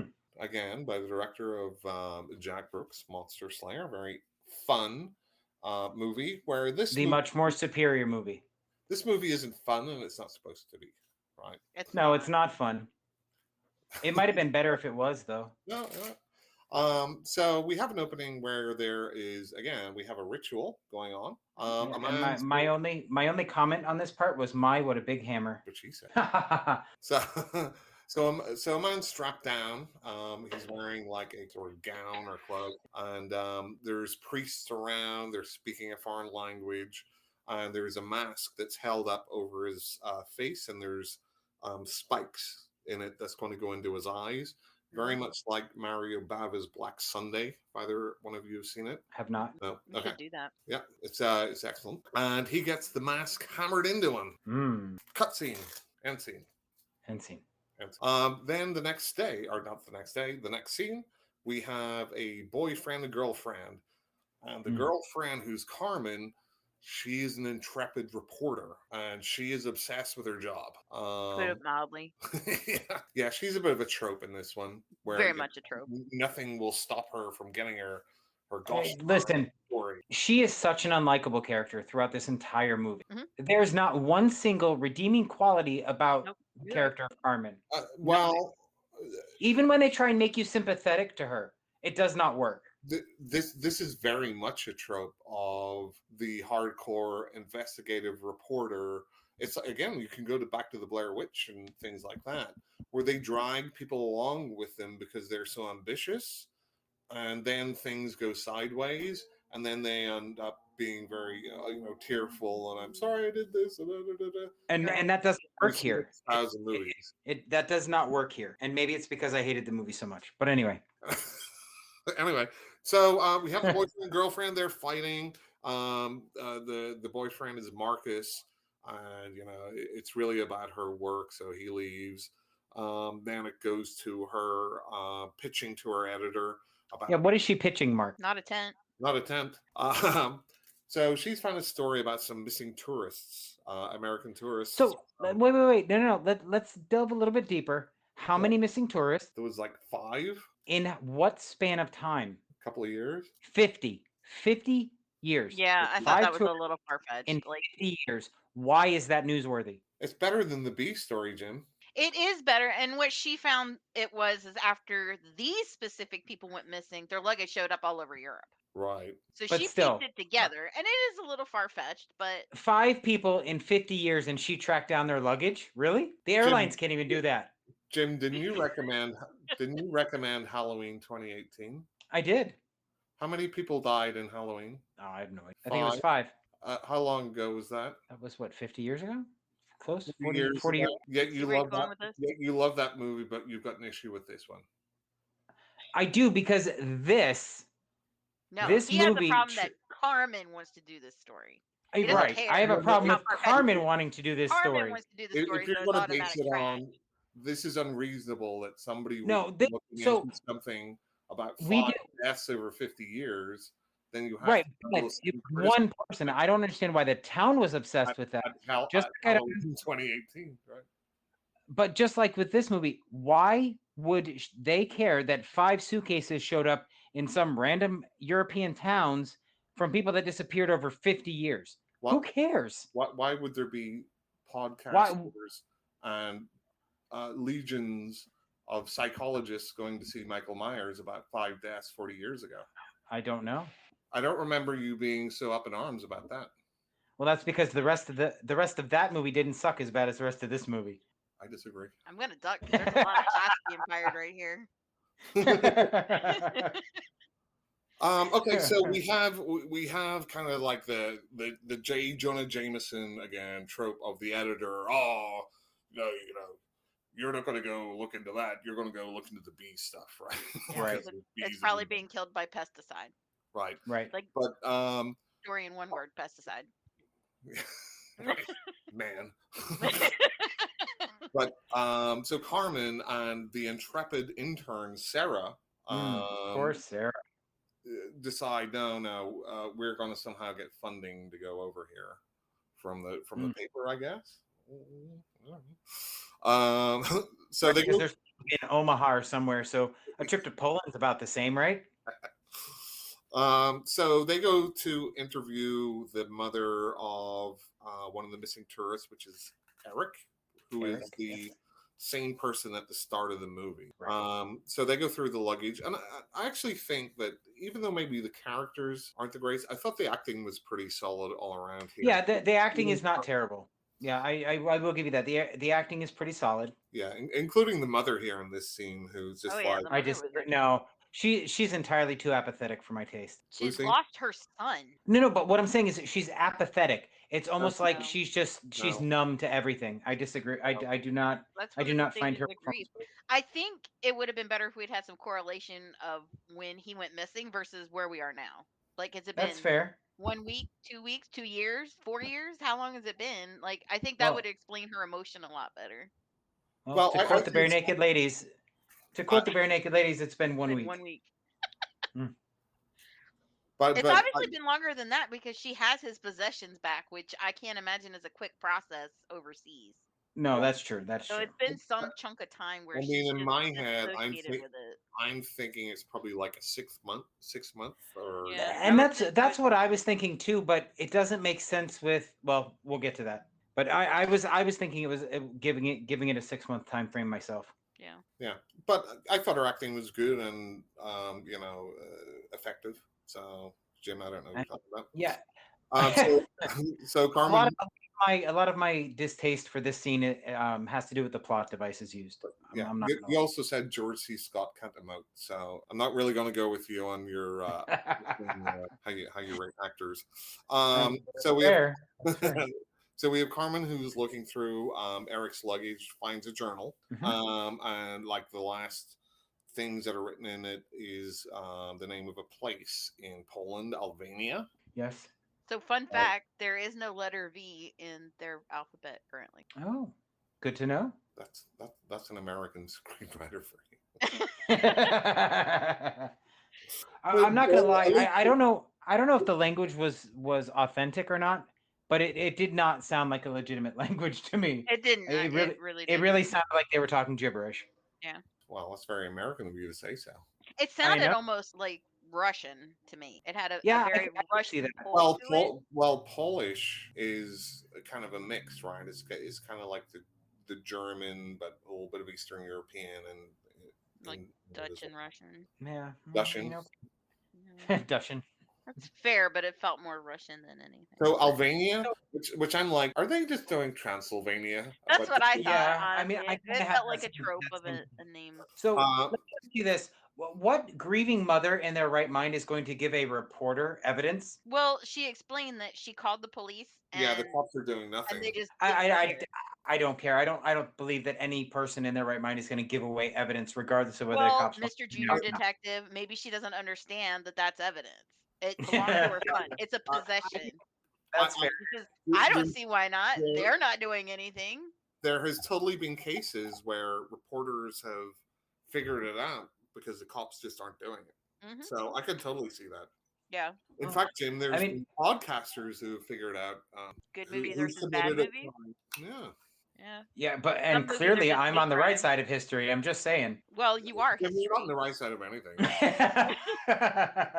So anyway, but in all fairness to this movie, once I've decided I don't like a movie, I am hypercritical. So No, I hadn't noticed that. no, not at all. no, not at Mm. all. I can't just not like it. I have to find reasons to hate it. Well, I once I decide I don't like it, I will find reasons to hate it. So Lucy, here's Jim. Oh, okay, we'll start a movie. Oh my god, look at that fucking font at the start.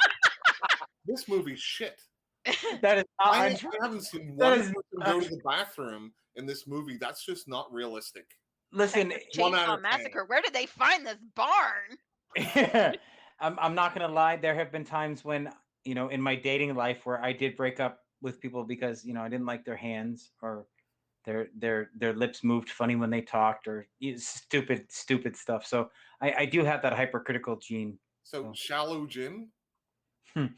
No, it's just when I'm done, I He need a didn't leave reason them to be because done, they're and I'll find fat. anything. He left them because they talked weird. There's a difference. Or because they have hairy knuckles or something stupid like that. I have that in me. I'm not gonna lie, Yeah. and it came out to shine in this movie. Yeah, your spouse is a very special person to tolerate you. Yeah, pretty much. Per guy. Must be absolutely perfect to pass the gym. Yeah, no, that is not true. No, it's because I like him. I allow him to be imperfect. Hmm. There's a difference. Does Ray listen to this podcast, Jim? No, So that's why you said that, right? no, I'll make him listen unless I edited it out because I do have that power. Oh, okay. That's like Jim re-edits everything, so he's right. No, I do not. Lucy can attest that I do not Everything I edit say out to of make it. me right. Lucy can attest to that because she does listen. I do not edit to make myself right. Yes. Well, that's you true. couldn't really. I Actually. will. I can confirm. However, there is a first time for everything, and it's not a war crime the first time. Well, that's true. That's true. So okay, jumping back in. So Carmen is now she's reading the journal in her bedroom. Yeah, what was the point of this shit? Go ahead. Sorry. Jim, have you ever heard about the language of cinema? Yes. What does that mean to you? Okay, Anyway, let me. Yeah, Sprechen say cinema. Come on. Yeah, no, I don't agree. I think this was a cheap plot device to get you engaged in the film, and it does not work for me. So here's my take on this part. Did Carmen have hairs on her knuckles or something, Jim? Is it? Yeah. Did her lips move funny when she said something? You know what Mark's gonna ask for our rating on this later. He's gonna ask how many hairy knuckles we give it. I'm not gonna. It's not that sort of podcast, Jim. Yeah, we're not that kinky yet. Yeah. Yeah, right. So I am one of those people that when I read something or watch something right before I go to bed, I dream about it. So not I me. felt like this was setting it up so that the next part could be easily dismissed. Oh, it was just a bad dream because I was reading the journal before I went to sleep. That's fair. That's a fair assessment, but I just don't agree. Okay, so Jim's wrong again. Yeah, because Carmen's a bitch and the Antichrist. So That's right. the whole movie's just garbage. Yeah. Listen, Throw we don't it need to jump ahead to the end of the movie. Lucy just gave away the ending. I Sorry. did not give away the ending. I assessed your assessment of the character. You cannot spoil it. You cannot spoil a 2010 movie. I mean, there was Really? such a drought in 2010. There were some really bad movies that came out. In 2010. Not like this one though, Jim, right? Oh no, not at all. No. Exactly. Okay, so cinematic masterpiece. This, yes. Correct. So we have okay, so we have she's got a vision of Eric. He's crying in her room. He looks at her and his eyes are bleeding, right? Obviously coming from the mask, right? In our next scene, we have Carmen really basically telling Marcus, "Hey, come with me on this trip. It'll be good." She pitches it as a vacation and then tells him he'll be working. Right. And he's like, "Well, why don't we just go somewhere else and you don't have to work?" And she's like, no, I'm an ambitious investigator trope. So no, you have to come with me. Right. So they end up going to Poland. Wait. You skipped something that I actually pointed out. What is the name of the magazine that Carmen works for? I remember seeing it and thinking that's a weird name. You right? I wrote it down. What'd you write? The Daily Hairy Knuckle. No, it's the letter D Cipher Monthly. So it sounds okay. So maybe the editor. So now that I hear you say it out loud, maybe it's the editor is trying to get them back to where they're not chasing UFO stories because with a name like Decipher, that's good. Yeah, Elvis was exactly. abducted by aliens kind of headline. Yeah, that's exactly what I would have gotten from that Yeah, too. yeah. I didn't. I guess it's hearing it out loud as opposed to just reading it is different. Yeah. Decipher. Okay, so Sorry. yeah, so they get to the community. It's a very kind of Well, hold on, Oh, because we have a Well- scene with the editor where she outright lies to him. oh, Right, that they're going to go to the beast. Well, and then there's also the scene in the car where they decide where Marcus finds out that Carmen's job is on the line, and her editor doesn't know that they're in Albania. Nope. well, yeah. Sarah kind of is like, "You didn't Lets tell the me?" cat out of the bag. Right. No, she doesn't. No, she's like, "What?" You No. didn't Well, tell me?" Marcus says, "I can't believe he okayed this," and that's when the intern pipes up and says, "You didn't tell him?" Right. Right. Yeah. Yeah, that was a great scene, Jim. I agree. So I didn't go that far. so moving on. So basically, they're in this community, right? And again, Okay, so it seems very Amish, self-sufficient. it does even make a point to mention that they make their own clothes. Right. Yet they're all wearing jeans and ripped t-shirts. True. When they're First- walking through the village, there Sure, are people that look like they're still wearing clothes from World War II. Right. So the first point they make about the village when they get there is they're very down to earth, that they are that they make their own clothes. Yet the first character we're introduced to in the village, the butcher, Yeah. has bottle blonde hair. So he's blonde. Yes, And, he was. And what? Okay. They make their own clothes, yet they can afford hair dye, and they live out in the middle of the forest in Albania. See, Lucy, this is what I have to put up with. Does this none of this bothers you? What was his lips doing? Was how Harry were his knuckles? Well, he was gutting a pig. He was petting if a that pig helps. and asking it to call him daddy. Yeah, right. Like, I definitely got that vibe. Like, I don't think he's killing that pig to eat it. Yeah, no. He gonna fuck that ham. You know, you never ask what hot dogs come from. Uh-huh. That was one of the dumbest lines in the movie. Yep. Sorry. I did Go like ahead. the sound effects while he was going. That was good. I liked it. Right. So they run into a little girl, Lydia, Yes. and they are He like, speaks English. yeah, Very because important point. Yeah, everybody in Poland speaks English in this movie. Well, no, No, they they say don't. no, they say Oh, that's true. they teach it in school. Right. Well, yeah, a lot of other countries teach English in school. But I Right. think it's said in a way that only the kids really know how to speak English. Right. Because it's a more recent development as of 2010. Because the butcher guy doesn't speak English. None of them do. Well, He does a guy little bit. speaks a couple of lines. Yeah, he does a little bit. And Yeah, I at the think it's end. implied that No, at the beginning, you guys he maybe threatens call them. English. I don't remember him threatening him. I remember him yelling at Lydia, and then Lydia says, "You need to go." Right, and he tells them, "You go home. There's nothing here for you." Okay, yeah, you're right. Right. So this is the point where they're talking with Lydia, and they're like, "Hey, do you like it here?" And she's like, "Hell no, this place is Right. shit." Mhm. But they show him. I agree, Lydia. I agree. Yeah, too many bleach blonde guys. Bleached blonde muscleheads. Anyway, go ahead. But he never mentions CrossFit, so he gets 10 points just for that. Well, can I say the choice of movies this week had a lot of man candy, and I appreciated that. That's fair. Well, we do what we can for you, Jim.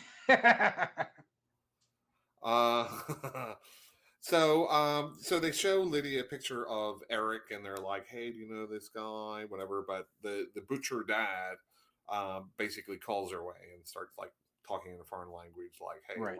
Stop talking to these people." Right. But they also see a church over there, right? They do. A Christian church in a non-Christian country. Well, is it a Christian church? It appears from Got a the cross. iconography that it is a Right. Christian church. So it's almost like a Greek Orthodox or some Mm. kind of like a specific offshoot of regular Christian church, but they're in like robes, and they're kind of like typical. Whenever you see a movie, you'd think they're Satanists or something, Right. Yeah. with those types of robes on. Because they're Right. wearing black robes as opposed to the traditional white. Right. Right.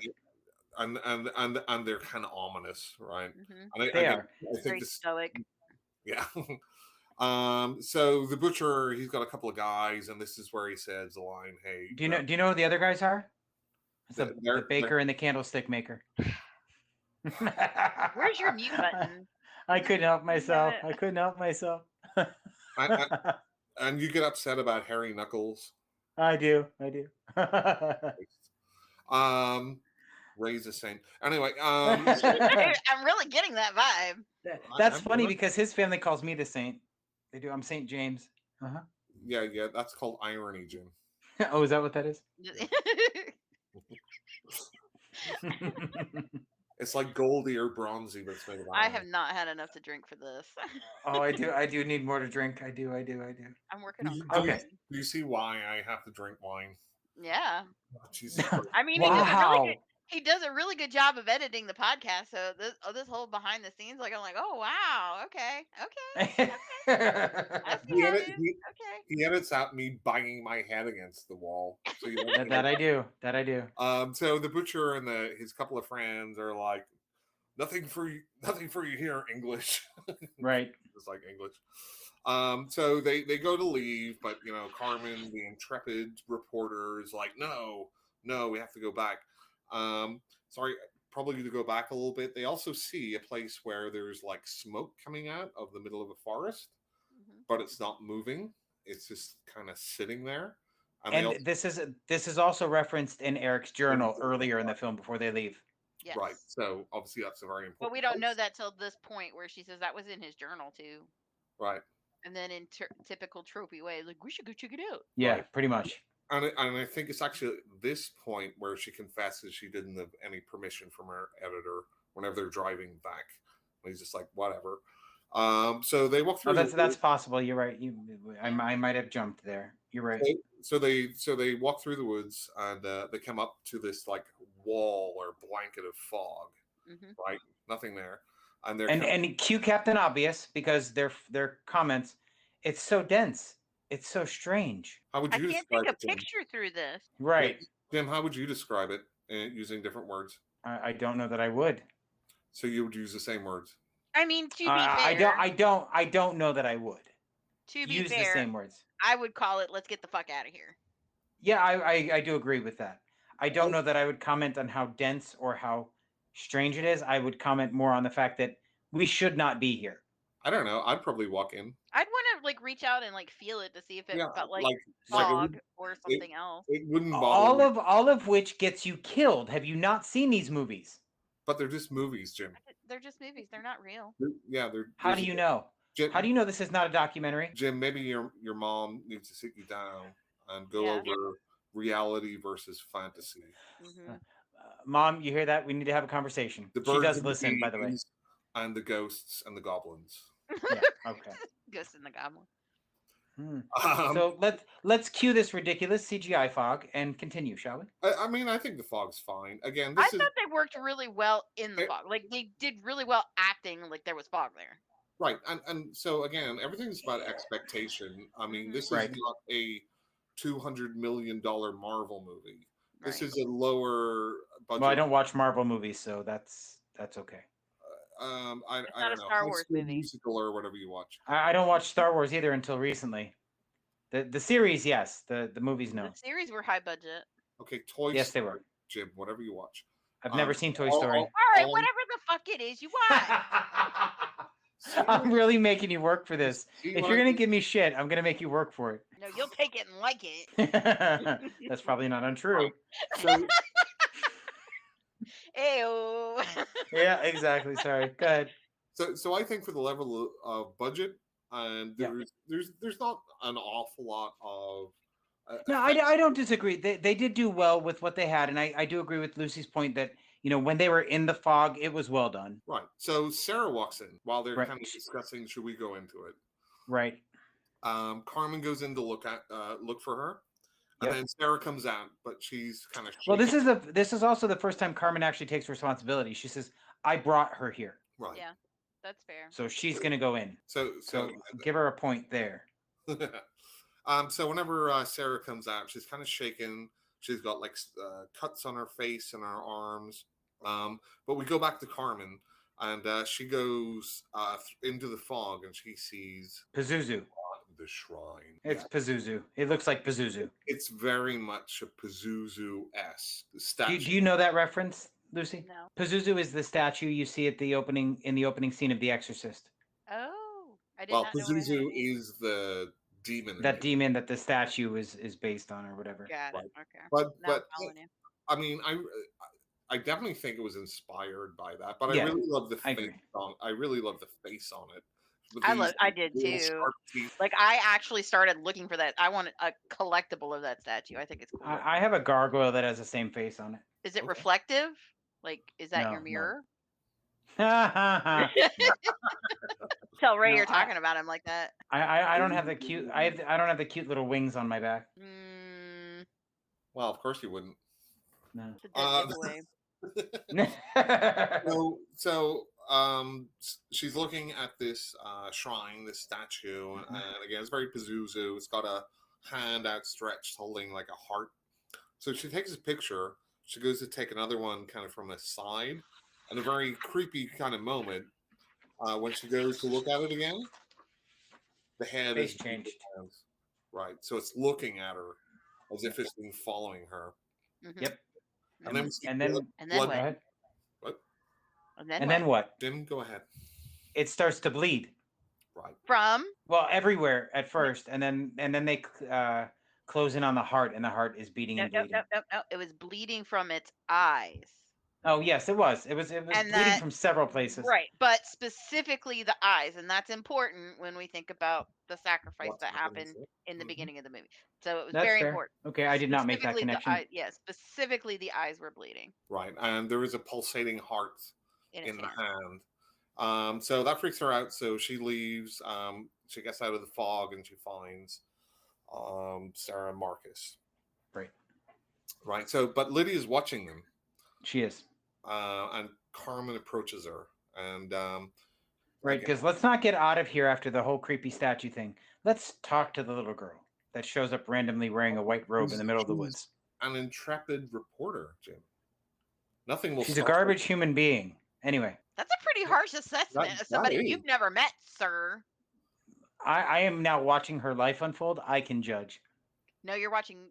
Well, all right, I won't say that. Never mind. That was Do you know if that shrine was holding Jim's heart, it would just be black.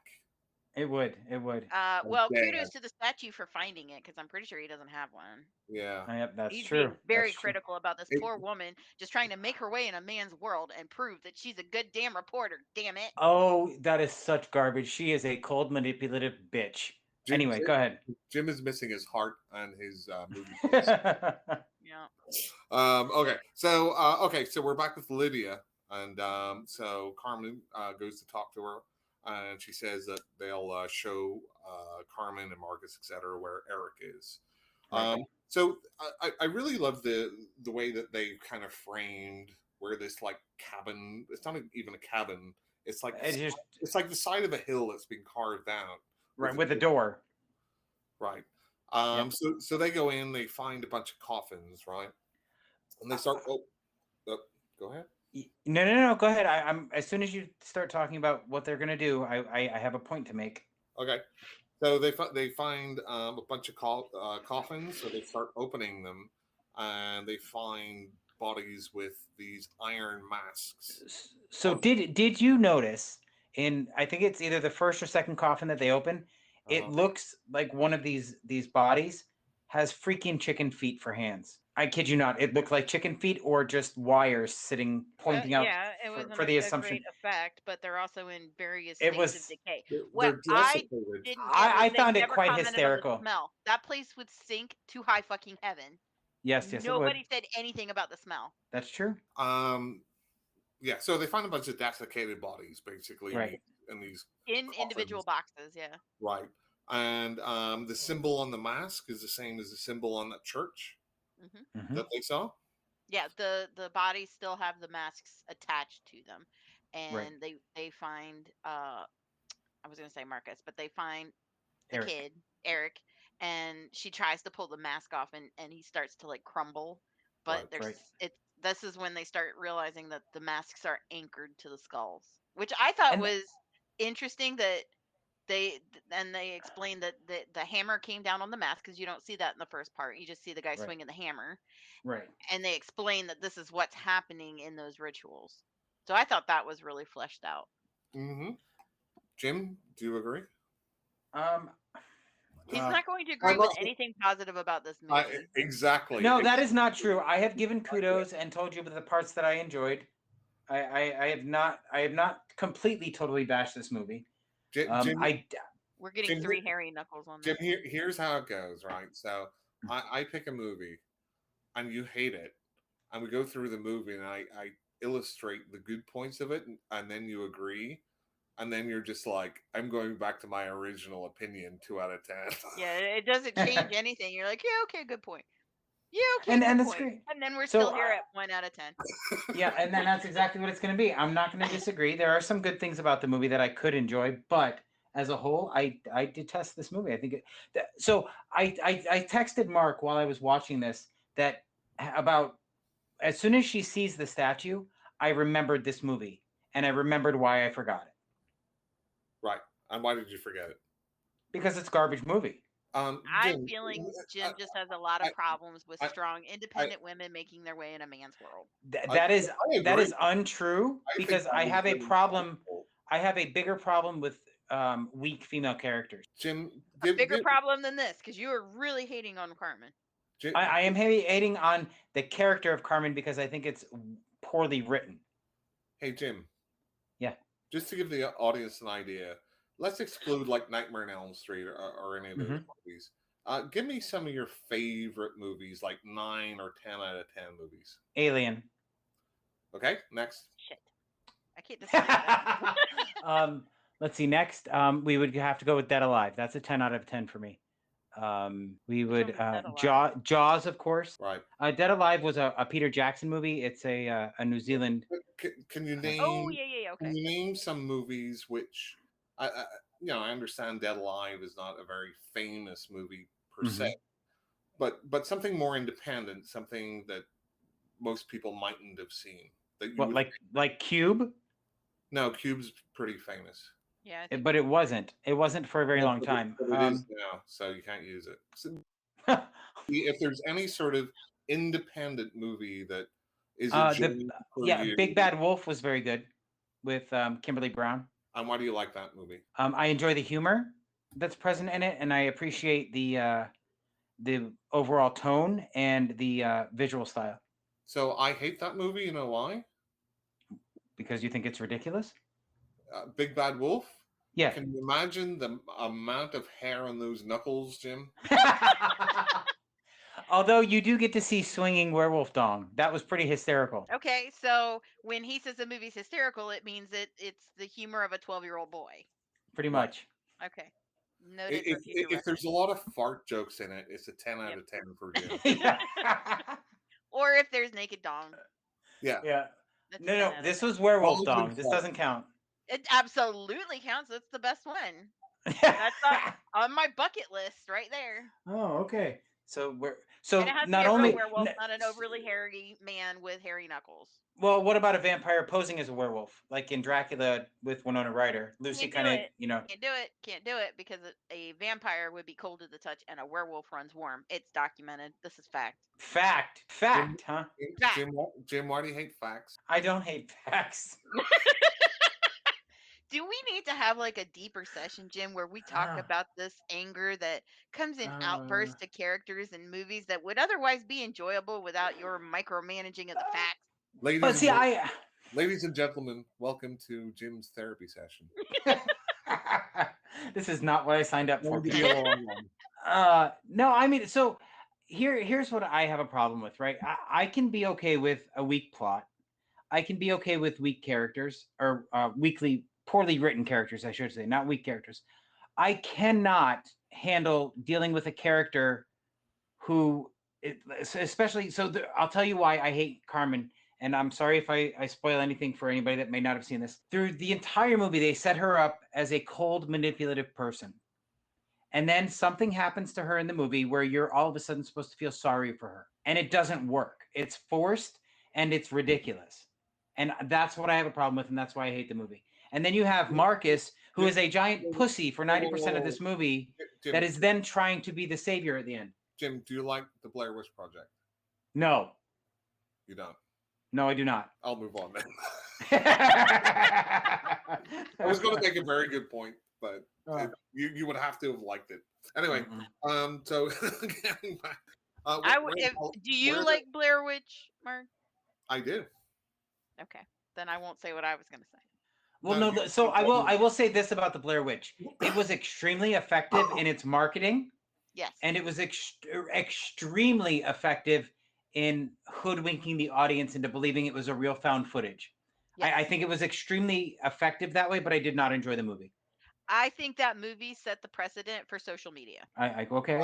So do you know? So I was reading it or watching a interview with one of the directors, and they said that if they had watched this specific movie before they made the Blair Witch, they wouldn't have made the Blair Witch. What movie do you think he was talking about? I'm guessing you're going with The Shrine. No. So No, he said that if he had seen Cannibal Holocaust before making the Blair Witch Project, he wouldn't have made the Blair Witch Project. Well, it is sort of in the same vein, I guess. I've never seen Cannibal Holocaust because he felt that it would have been kind of plagiarism, because the second step of the Blair Witch or of Cannibal Holocaust is basically a found footage movie, right? And isn't it almost credited as being like the first found footage horror movie? So you can look back and what's the name of the movement that is found footage? Cinema Verite, right? Right. That's been found before it, but in the horror realm, you have Cannibal Holocaust, you have things like Snuff and things, older movies that kind of play in that trope. Right. But I think what the Blair Witch Project did well, aside from the marketing and the explosion of the internet at that time, and having like sci-fi channel specials with people who are eager to gobble up things like, Bigfoot's real and this is real and that's real, and they just slipped it in nicely. I think is the performances that are unscripted for the most part. I don't disagree. That was a genius move. Right. I just did not appreciate it. Films too, right? I mean, that's kind of where they come from, but I think they kind of captured lightning in a bottle. And you look at something like, which I think is far worse, like Paranormal Activity. I mean, it's trying to jump onto that same type of thing, but just to me, it was boring. See, and I actually appreciated Paranormal Activity. I knew you were going to say that, Jim. I knew it. I mean, I don't know that I believed it, but there are some scenes of it that gave me goosebumps. Yeah, I thought so. The reason I appreciated Paranormal Activity is because of the atmosphere and the expectation. Like I legitimately started seeing things in the darkness because it was so good at building up the tension for me. Now, mind you, at the time the movie came out, I was very into the ghost hunter shows. That's fair. I think it depends. You're right. It depends on the audience who liked paranormal. Right. You could be credulous or incredulous, like Jim. Yeah, pretty much. You could be a perfectly sane and functional human being of society, or you could be Jim. Right. You can pretty much. There you go. The birds and the bees, or the ghosts and the goblins. That's right. Anyway, I suppose we should get back into this. Yeah, probably not a bad idea. Where the hell did we leave off? So Marcus. Okay, so they're in that. They find Eric. Yeah, well, they're in that weird little place. Barn thing. Whatever. Yeah. Right, and Lydia has now locked them in. But they don't know that yet. They just found Eric. Right. And that the masks have the same sign as the church. Right. So the door's being locked behind them. Marcus opens it with his knife. Which I thought was pretty cool. I thought that was smart. That was smart that he actually got that open that way. So I did appreciate that. But then, I mean, Um, look who plays him. He's I know. bringing in Braun. I'll take it all day. so they run off and they find this barn. They hide in this barn. Sarah is not doing well. She's in some discomfort. Carmen's taken. Although she's fighting, Marcus is fighting. Sarah runs from the butcher, who's now got a handy dandy crossbow. Yeah. Yes. He shoots her in the leg, so she gets captured. Oh but my she God, starts, that scene. Oh. she starts to see kind of these villagers as demons, Mhm. like real quick shots of them. Right. So let me ask you this. So before I understood what was actually going on and came to a different decision, I thought, because at this point, when the villager comes up to her, he has something on a rag. He's like pouring something on a rag, which I'm assuming is going to be chloroform or something. Yep. I thought maybe that's what started inducing those visions. No, because no, they're just knocking them out. So what I think is, and again, it's kind of subverting the audience expectations, is that they're turning into like the demons, right? Obviously, from looking at that. So the good people to them look like monsters, right? And I came to that same conclusion later in the film when you finally understand what's going on. Because originally Marcus too, and he doesn't have those visions, right? But initially, my thought going forward was that something was in that whatever they put on her face that started her into. No, and then, like I said, that's the respiratory duress, and when they grabbed her before they knocked them out, she threw up. Like she's having a physical reaction to whatever's going on with her. And we just brush it off as she's just really, really scared. But there's other things going on that now that I've seen the end, I'm like, oh yeah, that was our sign that something was happening. And that's what I mean. I'm talking from two different points. Like once I've seen the movie, okay, yeah, I get it, and it all adds up. But when I was first watching the film, as you're going through it, I think it's kind of one of the things which whenever you finish the movie and you look back, you can really like put things together. And 100%, that is true. You know, if you look at like Memento or a bunch of other movies where some of it doesn't make sense going forward, or you're misdirected and you think, oh, I know what's going on. Like The Usual Suspects. Right, you don't. Usual Suspects. And Kaiser Sose. Right. So we have a cool knife fight at this point with Marcus and the Butcher. A cool knife fight. Is that what you're going to call it? Cool knife fight. Well, it's Jim, like the Sharks and the Jets. Jim, what's your favorite knife fight in a movie? My favorite knife fight in a movie? Yeah. That's interesting. I don't know that I have one off the top of my head. So that's your homework for next week. Okay. Moving on. So they're all captured right now. So they wake up and they're all bound. Sarah's still vomiting, and they're taken back to that weird mountain. I'm turning my page at the same time. That's weird. So the priest is looking into their eyes, but he only kind of speaks when he looks into Sarah's eyes, and it's all again Polish language. Again, as an audience, we are in the same position as the characters, the main character. Right. We're sitting there going, what the fuck is going on? We don't know as an audience. They don't know as characters. Right. Which I think is really the defining thing about this movie. I mean, there's plenty of like demonic possession movies, this and that. But I think what sets us apart is this kind of twist of we're put in that same position. So the girls are taken into are kept in there. Marcus is taken away to dig his own grave. Yeah, dig his own grave is what he was doing at gunpoint. Right, but you also see that the priests are carrying swords, and it became evident to me at this point that Henrik, the butcher guy, is actually very uncomfortable with all of this. You can see it all over his face. Like really hesitant, and that's more kudos to the acting in this, where again, no words, it's just his body language. Right. Yeah, I'd say so. It's not very black. It's not black and white because some of these characters are conflicted, and that continues through it. It does. It does. So the girls are stripped, right? They Mhm. get the dresses or whatever, I don't know what you would call it, frock, Nightgown. I called it a nightgown because frock, it I looks like call a it a nightgown. sacrificial gown. It looked right, like a nightgown my grandmother used to wear. right. So this is a really good scene where Sarah gets put on the altar.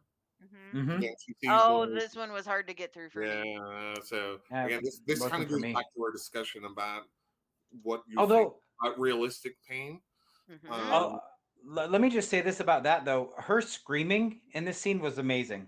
Right. Yes, she's a really good actress, and Yeah. I need to look to see what else I'm she's been in. I'm not going that far, but her screaming I was think pretty she was impressive. really good. She was very Yeah. like I'm sure she has a well, that was 2010, but she had a good future in horror movies. Yeah.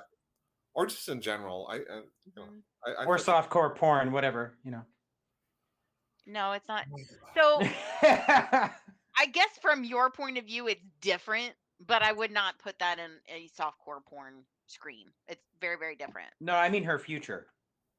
You know what? yeah, you have to deal with. This is so ridiculous. I know. Exactly. Thank you. This That's is why I so have to drink ridiculous. wine. I'm gonna need something a lot stronger if So I'm again, ever gonna do this again. and I think that the effects of the people whenever they're seen as demons, I think Yeah. it's pretty good. Again, it's lower budget. It's not like No, mind, the practical effects are pretty good. Yeah, I don't disagree with that. but They're passable. They're enjoyable. Hmm. Lucy, do you want to tell us what happens to Sarah on the altar? This was so hard for me to get through. So much like Eric, she is put on the altar and strapped completely down. She cannot move her wrists, she cannot move her ankles, she cannot move her head. And they begin slicing her arm open, and it's almost like bloodletting on Mhm. each arm, on her forearm. And then, and this is the one that gets me, is Yeah. they go right for the Achilles tendon on her Really? leg. And when they sink that knife in, of course, you have the same noise you had with the pig, but then now you have her scream with it, and Right. blood is just gushing everywhere. And this was it was a hard scene for me to get through, just because I'm like, oh, I know what that feels like because of Do you know what actually killed this scene for me? what? Oh, When jeez. when they were strapping her down, she started choking Her before the hair was strap went slightly across her throat. her hair was slightly blonde. No. Why? No. She when they were putting the straps across her head, she started coughing and choking before they put the strap across her throat. Yeah, but Okay, she's been she's doing that already because she's had possessed. But respiratory that distress and but this vomited. that threw me off and pretty much invalidated the entire scene for me. Do you see what I have to deal So with, Lucy? you're I mean, sitting this here is ridiculous. dictating how somebody is supposed to go through torture Yes. Because somebody's with coughing. a That straight is face. that It is my right invalidates the whole as an scene. audience member, ma'am. She Yes, that still is has my right. vomit chunks probably stuck in her teeth. She's extremely scared. She's crying. And you're upset that she's choking maybe on phlegm Yeah. because she's being tortured. Yeah. Lucy, you need to come back more often. I You know what? see the I told my insanity I have friends to I was deal with. doing this, and they said, after all of us listen to this, they're gonna have you back more often because this is gonna boost their listening. And Well, I'm yeah. at this point, I'm gonna need some compensation in the form of liquor if I'm gonna have to put up with somebody dictating to me how a woman is supposed to go through torture. It's not. Listen, first of all, it's not about the sex. It's about her reaction and the fact that she's a woman. Just it's that she's a woman, but it's So got the nothing to woman, do. it It's being got a nothing to woman do with in her. my mind is she's more likely to be upset, hysterical, and crying and choke on something. And I think that the fact that she started coughing before they quote unquote tied her down made it unbelievable for me. That's all. Jim, hey, do Hmm. you know the part where Marcus is digging his own grave? Yeah. It's kind of what you're doing right now. Just It has nothing to do with her being a her, woman. It's the her choke, if but she had been a man her and she being a woman is what makes her choke because she's crying and she's hysterical Right. and she's But not she's trying to also why? be the strong, So muscly dude Jim, that's going to get through this. she's well, also wait a minute. possessed. She's Wait also a minute. possessed. But wait a minute. Now Lucy's telling me that she's hysterical because she's a woman. So you're telling me a guy couldn't have reacted like that? I've never seen a guy cry to the point that he is choking. I have seen lots of women do it, especially when they're scared. You've I never just seen First Blood. yeah. I I never took it as he was scared. He was emotionally damaged. And then he had this really racking sob. But again, he didn't choke. I have Yeah. seen women cry to the point where they are choking. And she's also laying on her back when she starts choking. It's not like I halfway have down. so She's many like, hold comments on, guys, about I that. can't breathe. Jim, She's Jim, already do you down have an and she's experience of a crying. woman lying on her back? I have so many comments about that, but I'm just gonna shut up now. Well, Okay. and then here comes the hammer. So Yeah. Yeah. we're right I on did- back I- on path with that. I did mark down that again. Here we see the priest's big hammer again. Yep, I have that. Yeah. So he calls for the masqué, and she starts getting hysterical because I think at this point she knows what's coming, Yeah, yeah. pun intended. And Oh, while she's going through this, Carmen is in the cell. And this is the part where I got pissed off at Carmen because she's like, I'm here, Sarah. It's okay. And like, bitch, get over there and help. You right. brought her here. You brought her to this. And this was when I started becoming Thank you. disappointed with Carmen. Thank you. This Thank was you. the turning Thank point for me you. because you're watching this poor girl go through this because you had to have your damn story. And the best Yep. you can offer is, I'm here. Like, bitch, we know. That's why Yeah. we're here. So this Yep. was the part where the outcome of the movie for me was so justified. I Yeah, wasn't upset with it at all. No, zero sympathy for Carmen. Anyway, Mark, go ahead. Yeah. Carmen now starts seeing the demon faces too. Marcus escapes by smacking the guy with his shovel. He grabs his gun, goes back to the mountain room, gets Carmen, and Carmen is also vomiting now, just like poor Sarah did. And we think that she's vomiting because of what just happened to Sarah. Right. It's not a shock. putting it together that it's something else. Yeah, it's more like shock, right? Yes. So they find I this. don't think that. Oh, Well, we know better now. right. So they end up at a farmhouse, and they see a truck there. So Marcus goes in to find the keys, and Carmen goes in with him. So they see a woman, a little boy, and a man. Right. So it's a family there. But they look at Carmen, and they're more scared of her than they are of Marcus. Anything else? Gun. Yep. Yes. So Marcus ties up the man and the woman. And here we go, like Carmen's really going through the full hallucinations, or the demons are starting to show her different visions. And the house shakes. And she sees the little boy as a demon too. Right. Well, she sees everybody as a demon, doesn't she? Right. This is where there's quick fire kind of quick shots of each of the different people as demons. And it really picks up because if you look, because I had to go back. If you look away and then back, you've missed something. So you've got to back it up. So this part of the movie was really fast paced, and you're starting to see what's happening, but then you're like, oh my gosh, I didn't know. So right. This is the point where things start unraveling very, very quickly. Yes. Right. And again, up till now, even the parents, they don't speak English, but the little boy does. Again, the children know English through school. And this is where we get the reveal. And he says, she's evil. She's a statue. Right. So Carmen, again, is in a room. She's looking at a mirror. The reflection is going all crazy. Her eyes then go blood red. She starts screaming. The other villagers are outside. They hear it. Yeah, they hear the scream. Yeah, and they go to the house. So now we have a scene where Carmen is calling to Marcus, and the door starts closing, right? Yep. And he's like, what's going on here? And then he hears the parents and the boy screaming. Right. And what I love in a horror movie is where they don't spare anybody, whether they're a kid or an adult old person. Yeah. So basically, what Carmen's done, like any good demon, she's eviscerated the whole family. She's completely disemboweled them. Right. Yeah. Which I thought the lower intestines laying on the ground around them was a touch much because it was replicated for each and every one of them. Like, well, but that's what would happen though. It's ritualistic. Is that what you're saying? They were all. It was all the same process. If you pulled 10 people's guts out, they would all be lying in that way. but they're all arranged the same way next to the body. Yeah. Like take this same thing, put it on that guy's torso, and then we'll Well, take it's the because shot. it's And the then go same put it on lump the of kid's gunk. Yeah. Well, maybe the demon is an artist. And that's their signature. Yeah. Yeah, maybe it's a serial killer type demon. Yeah. But then we So know we find speaks Latin. I have a question about this the demon thing, and this is probably another trope. Why are they always licking you? Because you taste good. Well, not you, Jim. Well, So no, I clearly don't not. I believe mean, that a other normal people. I person. think this is Carmen coming through. Like she's physically attracted to Marcus. Obviously, they were in a relationship. So I took this to like this is the last piece of her humanity where she's not just tearing him to shreds. This is the last What's piece it? of her.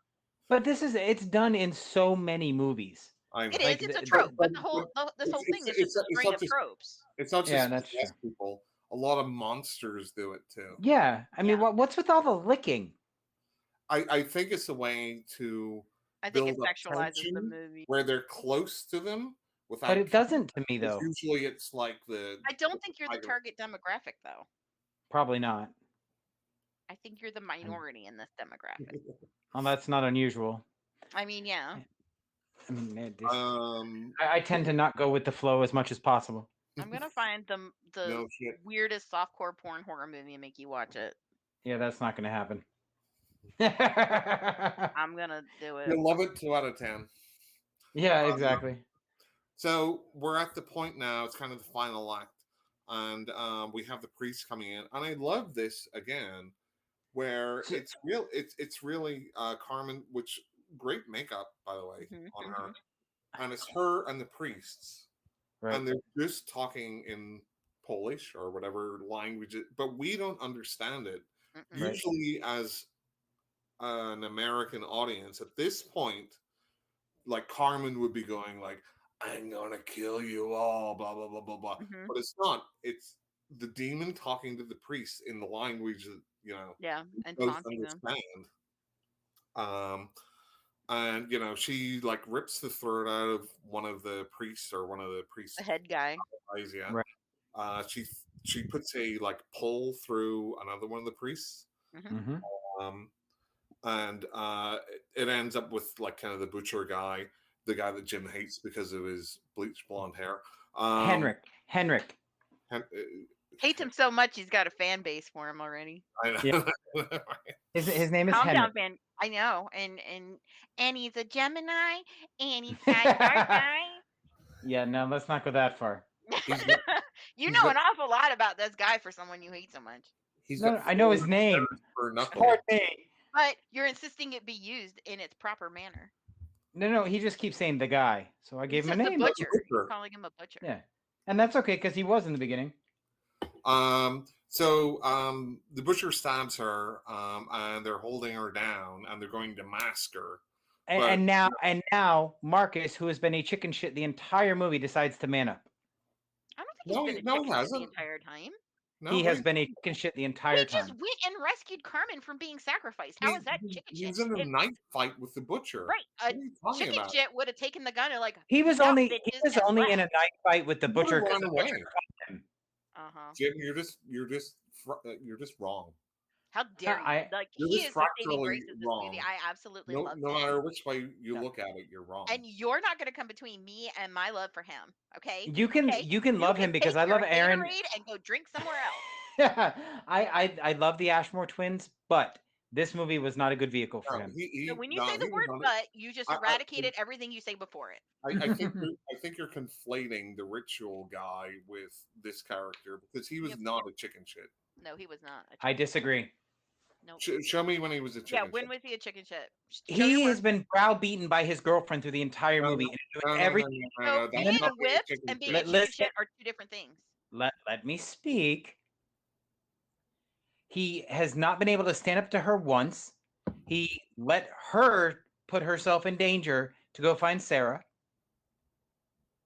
So he is none of not that is being a chicken shit. I disagree. To me, that is a very chicken shit move. So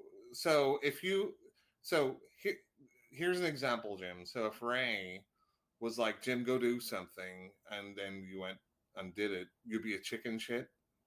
That is not even the same thing. It absolutely Well, is. but No. here's the other example. What if you had to do a knife fight with somebody and did the knife fight? Would it be a chicken shit move to run away or to do the knife fight? No, absolutely not. I'm not saying he was a chicken shit because he ran away. But you're trying to say he was brave because he fought him with a knife. He only fought him with an. He was brave because he stuck around and he could have So left in there's several. also a fine places. line between being brave and being a chicken shit and not being a chicken shit. I don't think he was like, oh, I'm Macho Man Randy Savage, I'm gonna kick your ass, but I don't think he was a chicken shit. No. I disagree, but that's neither here nor there. Jim, And it's not- again, I love the Jim, it's not actor. a- I don't like the character. Jim, it's not a democracy; it's a cheerocracy. You're down 2-1. I'm So sorry. anyway, so just to wrap this up, we have Marcus holding the head of Carmen, so that they can mask her, and then again, the same as the end of the ritual, he leaves. But I wonder what the hell he says to the police. I don't know that he does because the villagers are going to cover it up. I don't know what he's going to do after the movie. You know, after the. I mean, why does he have to say anything? Nobody knew they were there. Well, right. But again, I guess the cops would be apathetic the same way as it was with the mother at the start with Eric. I guess that's possible. Cops just did nothing. Right. His cops are useless. Right, Jim? I never said that, and I will not take any responsibility for Mark's comments. I'll say Jim has never said that. Yeah. So how many Pazuzu statues out of 10, Jim, would you give it? 1. Jesus Christ. Lucy? I'll give it an 8. I give it a 7. Oh my God, you people are crazy. I give it an 8 because I like the story. I like the premise. The only thing keeping it from a 10 is that you're right, Carmen's a bitch. And she had no redeeming qualities whatsoever, which is why the ending was absolutely perfect, which brought it back up. So I'm giving it an 8. Okay, well, you guys are entitled to be wrong. That's okay. So I feel, Jim, the more and more people that we have on as guests, the more and more they're going to agree with me. Well, how many guests have you had so far? You. 1. Okay. So your odds are not looking great. I'm doing 100% right now. You know, I am not afraid to stand on my own and die up on this hill.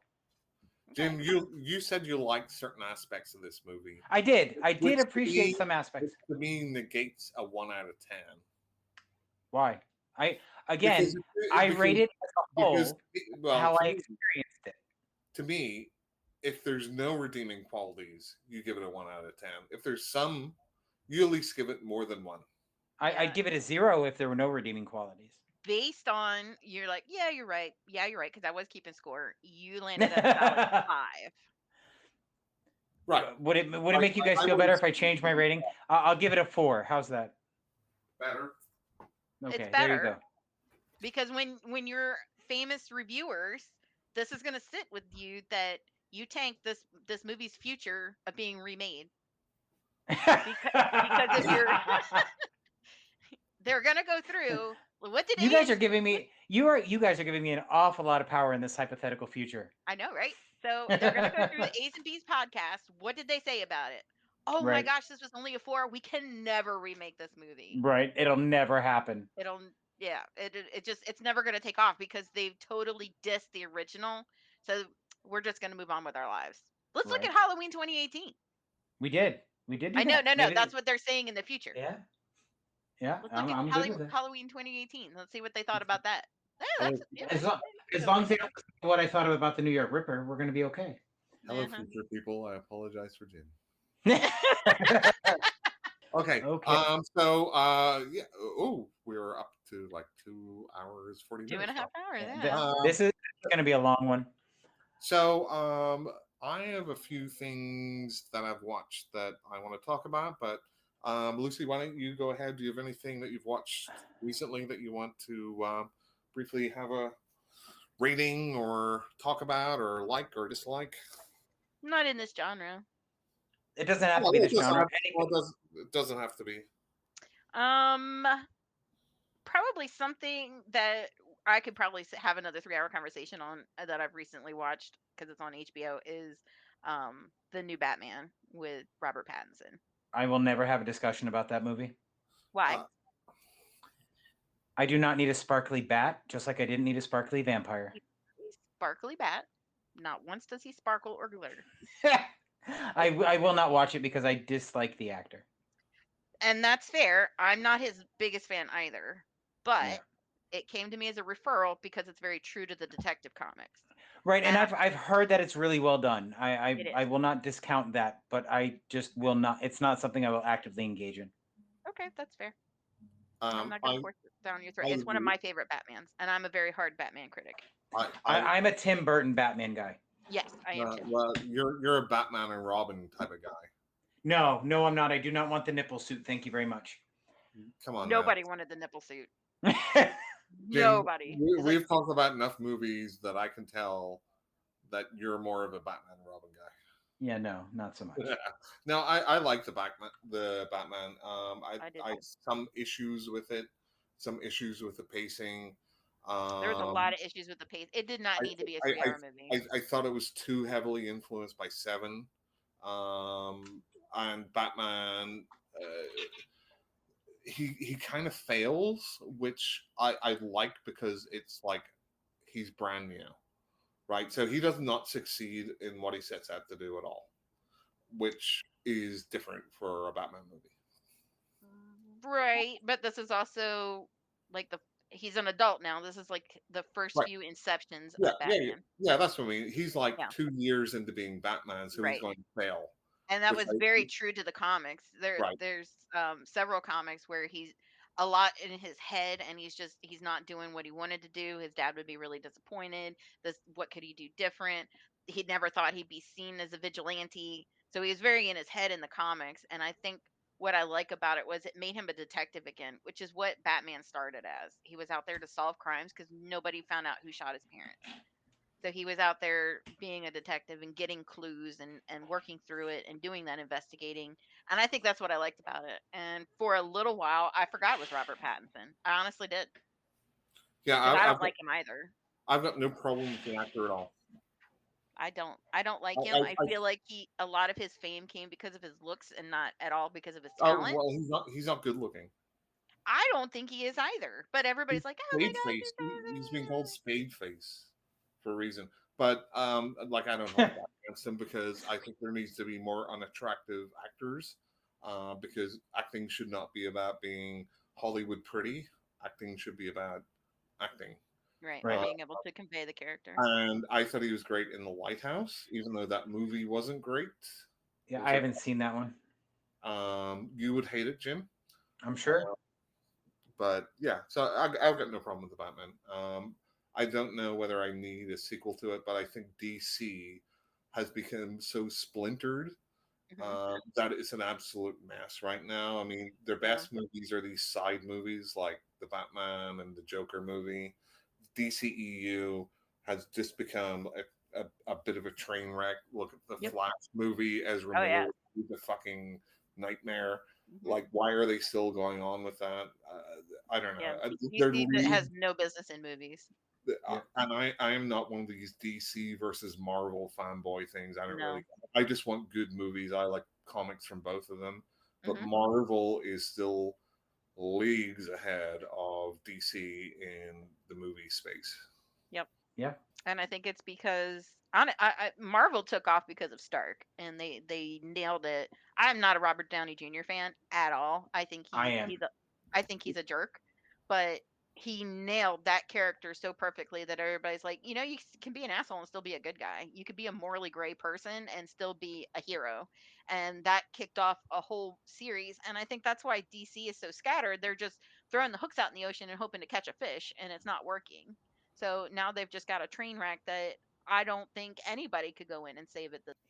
Anyway, so the Batman. Lucy, the Batman. Lucy, do you have anything else you want to talk about? No, I'm good. Okay. But thank you. Mark, you want to go next? Jim, I think crazily enough, Blue Series sitting down. I am. I think myself and Jim agree on a movie. What? No. So I watched Prey, the Predator Yeah. prequel. I have not seen it yet. I thought you said you watched it. No, What did Okay, you think? then Jim's that was gonna a different. That was a different movie we've talked about. I haven't seen Prey yet. I'm looking forward to it. No, I okay. I don't know what we were talking about. Anyway, Prey was excellent. Oh, really? Yes, Are you that's a what I keep Predator hearing. or Alien fan? For context. I like both franchises. Okay. I think the Predator franchise is almost better than the Alien franchise, but I'm sorry. What? yeah. What the hell did you just say? So Alien is a classic. Aliens is even better. Alien Yes. 3 is a disappointment. Alien 4 is too cartoony. Yes. Then we get into What? Prometheus and all these other ones, which are You just, don't get me started on the new trilogy. That's just right, but ridiculous they're garbage. alien movies. They're alien movies. They are not. They're not connected. So if we look at the Predator movies, and I'm not counting the crossovers, Predator is an absolute classic. Predator 2 is awesome. Predators is really good. The Predator is pretty good, and Prey is awesome. I will agree with you that Predator is a good franchise up until the crossovers. Yeah. But then you're talking about, is Alien a better franchise? I do believe it is personally, but that's because of my those- love. Are you including those movies in the franchise? No, I am not. Okay. No, I do not. I do not count Prometheus or Covenant because I was really disheartened when they took a perfect killing machine and made it a science project for a robot with daddy issues. Yeah, I agree. So I find the new prequel, sequel, whatever the hell you want to call them, to be total garbage. Yep. So anyway, sorry. Go ahead, Mark. Yes, Prey was excellent. It was great cinematography, great acting, some dodgy CGI blood, which I wasn't too happy with, but I think it's the best movie since Predator 2, which I think is underrated. I won't disagree. I did enjoy the Predator movies like I said, up to, but not including the. Right, but this is a good kind of reboot. I don't like to use the word reboot, but setting it back in an older time, and they do callbacks to the first couple of movies. Right. It really, I'm like, on the initial premise, I'm like, I'm not sure that it would work, but it really does, and it makes me think of, hey, let's do Predator movies in different periods of time. Right. Like ancient Rome or ancient Greece or Western. Oh, yeah. That could be fun. That could be a really As fun. long as they don't do a Cowboys and Aliens take on it. That was ridiculous. No, Yeah. it would have to be something better than that. So, Right. but, I think it could be M. Night Shyamalan, and it would be better than that. Mhm. Yeah. So, Mark, the movie that we agreed on was The Hunt. Oh, okay. Yes, I like that. Yeah. Primarily for the lead actress, who I thought was very good. I thought she was very good also. I do not disagree. I have 3 more things to talk about. So, Jim, Go ahead. No, go ahead. No, what do you have? Let's go back. Well, I did watch the entire Sandman series. Oh, okay. So I was Neil Gaiman again. Right. So I'm a huge fan of the graphic novel and the audiobook. And I thought this was a little bit rushed in parts, but done really, really well. I think it was a great homage to the original material, and it was done so well. As a casual comic book fan, I've obviously heard of Sandman, and it's got great reviews and stuff. I've never delved into it. It always felt like so much mythology that I would really have to invest a lot of time into it. That is not in my opinion, that is not the case. And it might not be. That's just the impression I got. Yeah, and it's not, because the entire storyline revolves around him rebuilding his kingdom in the first book. So he gets captured, and he finally gets free after a century and realizes that his kingdom has been utterly decimated because he hasn't been there to maintain it, because he is the king of dreams. So his tools have been stolen. His three major tools. So the beginning of it is him finding those tools and reclaiming them, and then being able to rebuild his kingdom. And that's the thing, because I'm not a huge fantasy person. Mhm. I don't know if it's too fantasy for what I would like. I mean, I'll watch certainly a couple episodes and Yeah. see if it rouse my interest. So I think you'll be surprised. I mean, I know you're not really a series kind of guy. You're more of a movie guy, but I think you will enjoy it. yeah, I'll give it a go. Other than that, I have a new audiobook called The Last Wizard that I'm really enjoying, and I'm a couple hours from the end, and I really hope it continues on its strong course. I'm so excited. But other than that, I don't have anything else at the moment.